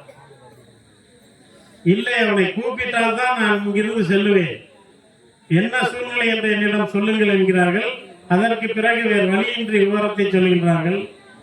அந்த விவரத்தை கேட்ட திருநாவுக்கரசு அவனை தூக்கி வர செய்து பாடல் மூலம் அவனுடைய விஷத்தை இறக்கி அவனை மீண்டும் உயிர் பெறச் செய்கின்றார். அங்கே திருநாவுக்கரசர் செய்தது என்ன? தன்னுடைய பக்தர்கள் இன்புற்று இருக்க வேண்டும் என்பதற்காக அந்த ஒரு நாடகத்தை அங்கே அரங்கேற்றுகின்றார். இப்படி எத்தனையோ சம்பவங்களை சொல்லிக்கொண்டே போகலாம். ஆனால் இப்பொழுது நேரம் கருதி சுருக்கமாக முடிக்க வேண்டிய ஒரு சூழ்நிலையில் நாம் இருக்கின்றோம். இவர்கள் சொன்னதை போன்று பக்தி ஆன்மீகம் என்பது நாம் பின்பற்றி நடக்கத்தான் என்று சொன்னார்கள். இங்கே ஒரு கருத்தை நான் பதிவு செய்கின்றேன். திருவாரூர் வீதியிலே இளவரசர் மனுநீதி சோழனுடைய மகன் இளவரசனுடைய தேர் சக்கரங்கள் ஓடி வருகின்றது வேகமாக. அதனுடைய கன்று அந்த சக்கரத்திலே விழுந்து அடிபட்டு விடுகின்றது. அவன் பசுங்கன்றுதானே என்று தூக்கி போட்டுவிட்டு தேரை கொண்டு வந்து அரண்மனையிலே நிறுத்தி விடுகின்றான். சற்று நேரத்திற்கெல்லாம் வாயிலே இருக்கக்கூடிய ஆராய்ச்சி மணி கேட்கின்றது. ஆராய்ச்சி மணியை பசு அடிக்கின்றது. பசு ஆராய்ச்சி மணியை அடித்ததும் மக்கள் எல்லாம் கூடுகின்றார்கள். அரசன் வெளியே வந்து என்ன நடந்தது என்று கேட்கின்றான். சம்பவத்தை சொல்லுகின்றார்கள். பசுவினுடைய கன்றை இளவரசர் தேரை விட்டு அடித்து விட்டார் என்று. உடனே அந்த மனுநீதி சோழன் என்ன செய்தான்? தேரை எடுத்து வர சொன்னான். தேரிலே ஏறி அமர்ந்தான். தேரை அவனே இயக்கினான். தன்னுடைய மகனை தேர் சக்கரங்களில் கொடுத்து அதே இடத்தில் பலியாக்கினான். இது இன்புற்று இருக்கவா? நாம் சிந்தித்து பார்க்க வேண்டும். இந்த சம்பவத்தை யாராலும் செய்ய முடியுமா? இந்த சம்பவத்தை செய்கின்ற அளவிற்கு அந்த மனுநீதி சோழனுக்கு என்ன துணிச்சல் வந்தது? எங்கிருந்து வந்தது? ஆன்மீகத்தின் மூலம் வந்தது. ஆன்மீகம் இல்லை என்றால் அந்த பசுவுக்கு அன்று நீதி வழங்கி இருக்க முடியுமா? அதுவும் எப்பேற்பட்ட நீதி! வேறாணி வந்து கதறுகின்றார். அமைச்சர்கள் எல்லாம் கதறுகின்றார்கள், பசுவுக்காக நீங்கள் மகனை இழக்க வேண்டாமே என்று. அது சரியான நீதியாக இருக்காது என்று சொல்லி அந்த பசுவின் அடிபட்ட இடத்திலே அந்த மகனை சக்கரங்களிலே வைத்து நசுக்குகின்றான் என்றால் அவனுடைய நீதியை நாம் புறக்கணித்து விட முடியுமா? அவனுடைய நாம் இந்த மாதிரியான ஒரு தீர்ப்பை வழங்கினால் அவன் செய்த செயலுக்கு நாம் என்ன பாராட்டு நன்றி கடன் செய்ய முடியும்? சற்று யோசித்து பார்க்க வேண்டும். கண்ணகியை எடுத்துக்கொண்டால் கோவலன் மாதவியை தேடி சென்றான். ஏன் இந்த கண்ணகி ஒரு மாதவனை தேடி சென்றிருக்கலாமே, ஏன் செல்லவில்லை? அங்கே கற்பு நெறியை அவள் பின்பற்றுகிறாள். கற்பு நெறி என்பதும் ஒரு ஆன்மீகம்தான். தம்பி சொன்னதை போல அன்பு என்பது ஆன்மீகம்தான். அப்பொழுது தன்னுடைய கற்பை காப்பாற்ற வேண்டும், ஆன்மீக வழியிலே நடக்க வேண்டும் என்று அவள் தன்னுடைய வாழ்க்கையை மாற்றி அமைத்துக் கொண்டாள். அதோடு மட்டுமல்ல, அங்கே தேராமன்னா செப்போதுடை எல்லாரும் சிறப்பின் இயம்பர் இமையவர் வியப்ப புல்லறு புங்கன் தீர்த்தோர் அன்றையும் வாயில் கடைமணி நடுநாள் நடுங்க, ஆவின் கடைமணி உகுத்த நீர் நெஞ்சுட, அரும்பெரும் புதல்வனை ஆழியில் மடித்தோன், ஏசா சிறப்பின் இசைப்பட வாழ்ந்த புகார் என்பது ஏசா சிறப்பின் இசைப்பட வாழ்ந்த மாசாத்து வணிகன் மகனையாகி ஊழ்திரை துறக்க நீர்நகர் புகுந்து சூழ்முனை மன்னா எங்கால் சிலம்பு பகதல் வேண்டி நின்பால் கொலை செய்யப்பட்ட கண்ணையன் பெயர் என்று மதுரையை சென்று அந்த பாண்டிய நெடுஞ்செழிய மன்னருடைய அரசாட்சியையே திசை திருப்பி போட்ட அந்த நீதியை நாம் புறந்தள்ளிவிட முடியுமா? இப்படிப்பட்ட அந்த செய்தியை கேட்டது மன்னன் குலை நடுங்கி கேட்கின்றான். கல்வனை கோரல் கடுங்கோர் என்றோ கேட்கின்றான். திருடனை தண்டிப்பது முறையில்லையா அப்படின்னு கேட்கின்றான். அப்பதான் சொல்றான், கண்ணையை தண்ணிமணி கால் சிலம்பு உடைப்ப மன்னவன் வாய் முதல் தெரித்தது மணியே. சிலம்பை எடுத்து அடிக்கிறான். சிலம்பில் இருக்கக்கூடிய அந்த பற்கள் மன்னனுடைய வாயில் தெரித்து அடிக்கின்றது. மன்னன் புரிந்து கொண்டான் என்ன நடந்தது என்று. பொன்சை கொல்லன் தன் சொல் கேட்ட யானோ அரசன் யானே கல்வன் என்று சொல்லி அதே இடத்தில் தன்னுடைய உயிரையும் தன்னுடைய கோப்பெரும் தேவியினுடைய உயிரையும் மாய்த்துக் கொண்ட அந்த காட்சியை நாம் புறந்தள்ளிவிட முடியுமா? அது என்ன இன்புற்று இருப்பதற்காகவா?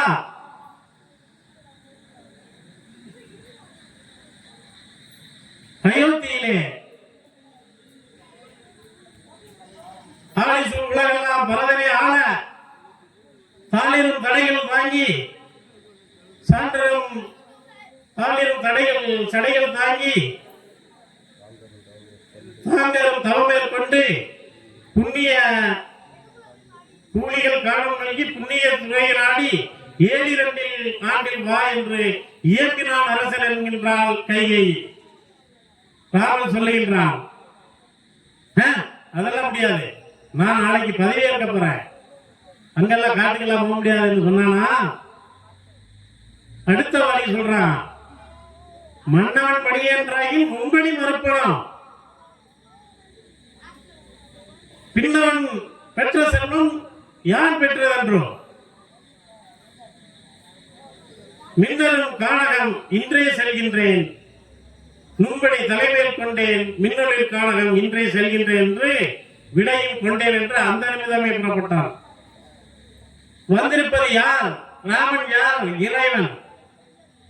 இறைவன் மனித உருவில் எடுத்து மகனாக பிறந்து பூமியை அடைந்திருக்கின்றான்.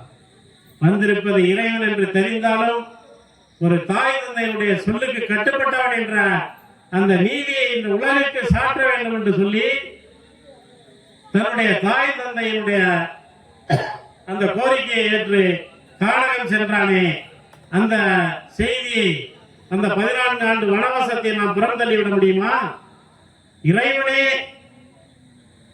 மனிதர்களுக்கு கட்டுப்பட்டு தன்னுடைய பயணத்தை தொடர்கின்றான் என்றால் அவற்றை நாம் புறந்தள்ளிவிட முடியுமா? இவையெல்லாம் இன்புற்று இருக்கவா? இல்லை, அவையெல்லாம் நாம் பின்பற்றி நடக்க வேண்டும் என்ற செய்தியினை இந்த உலகத்திற்கு சொல்லுவதற்காக இவ்வளவு காட்சிகளும் நடந்திருக்கின்றன. எனவே இந்த பட்டிமன்றத்தின் வரலாற்று சிறப்புமிக்க இந்த பட்டிமன்றத்தின் வாயிலாக இந்த ஒரு நல்லதொரு தீர்ப்பினை நான் இங்கே கூறுகின்றேன். ஆன்மீகம் என்பது இன்புற்று வாழ்வதற்காக நாம் பயன்படுத்தினாலும் அதனுடைய உச்சம் என்பது பின்பற்றி வாழத்தான் என்ற தீர்ப்பினை வழங்கி பட்டிமன்றத்தை நிறைவு செய்கின்றேன். வணக்கம்.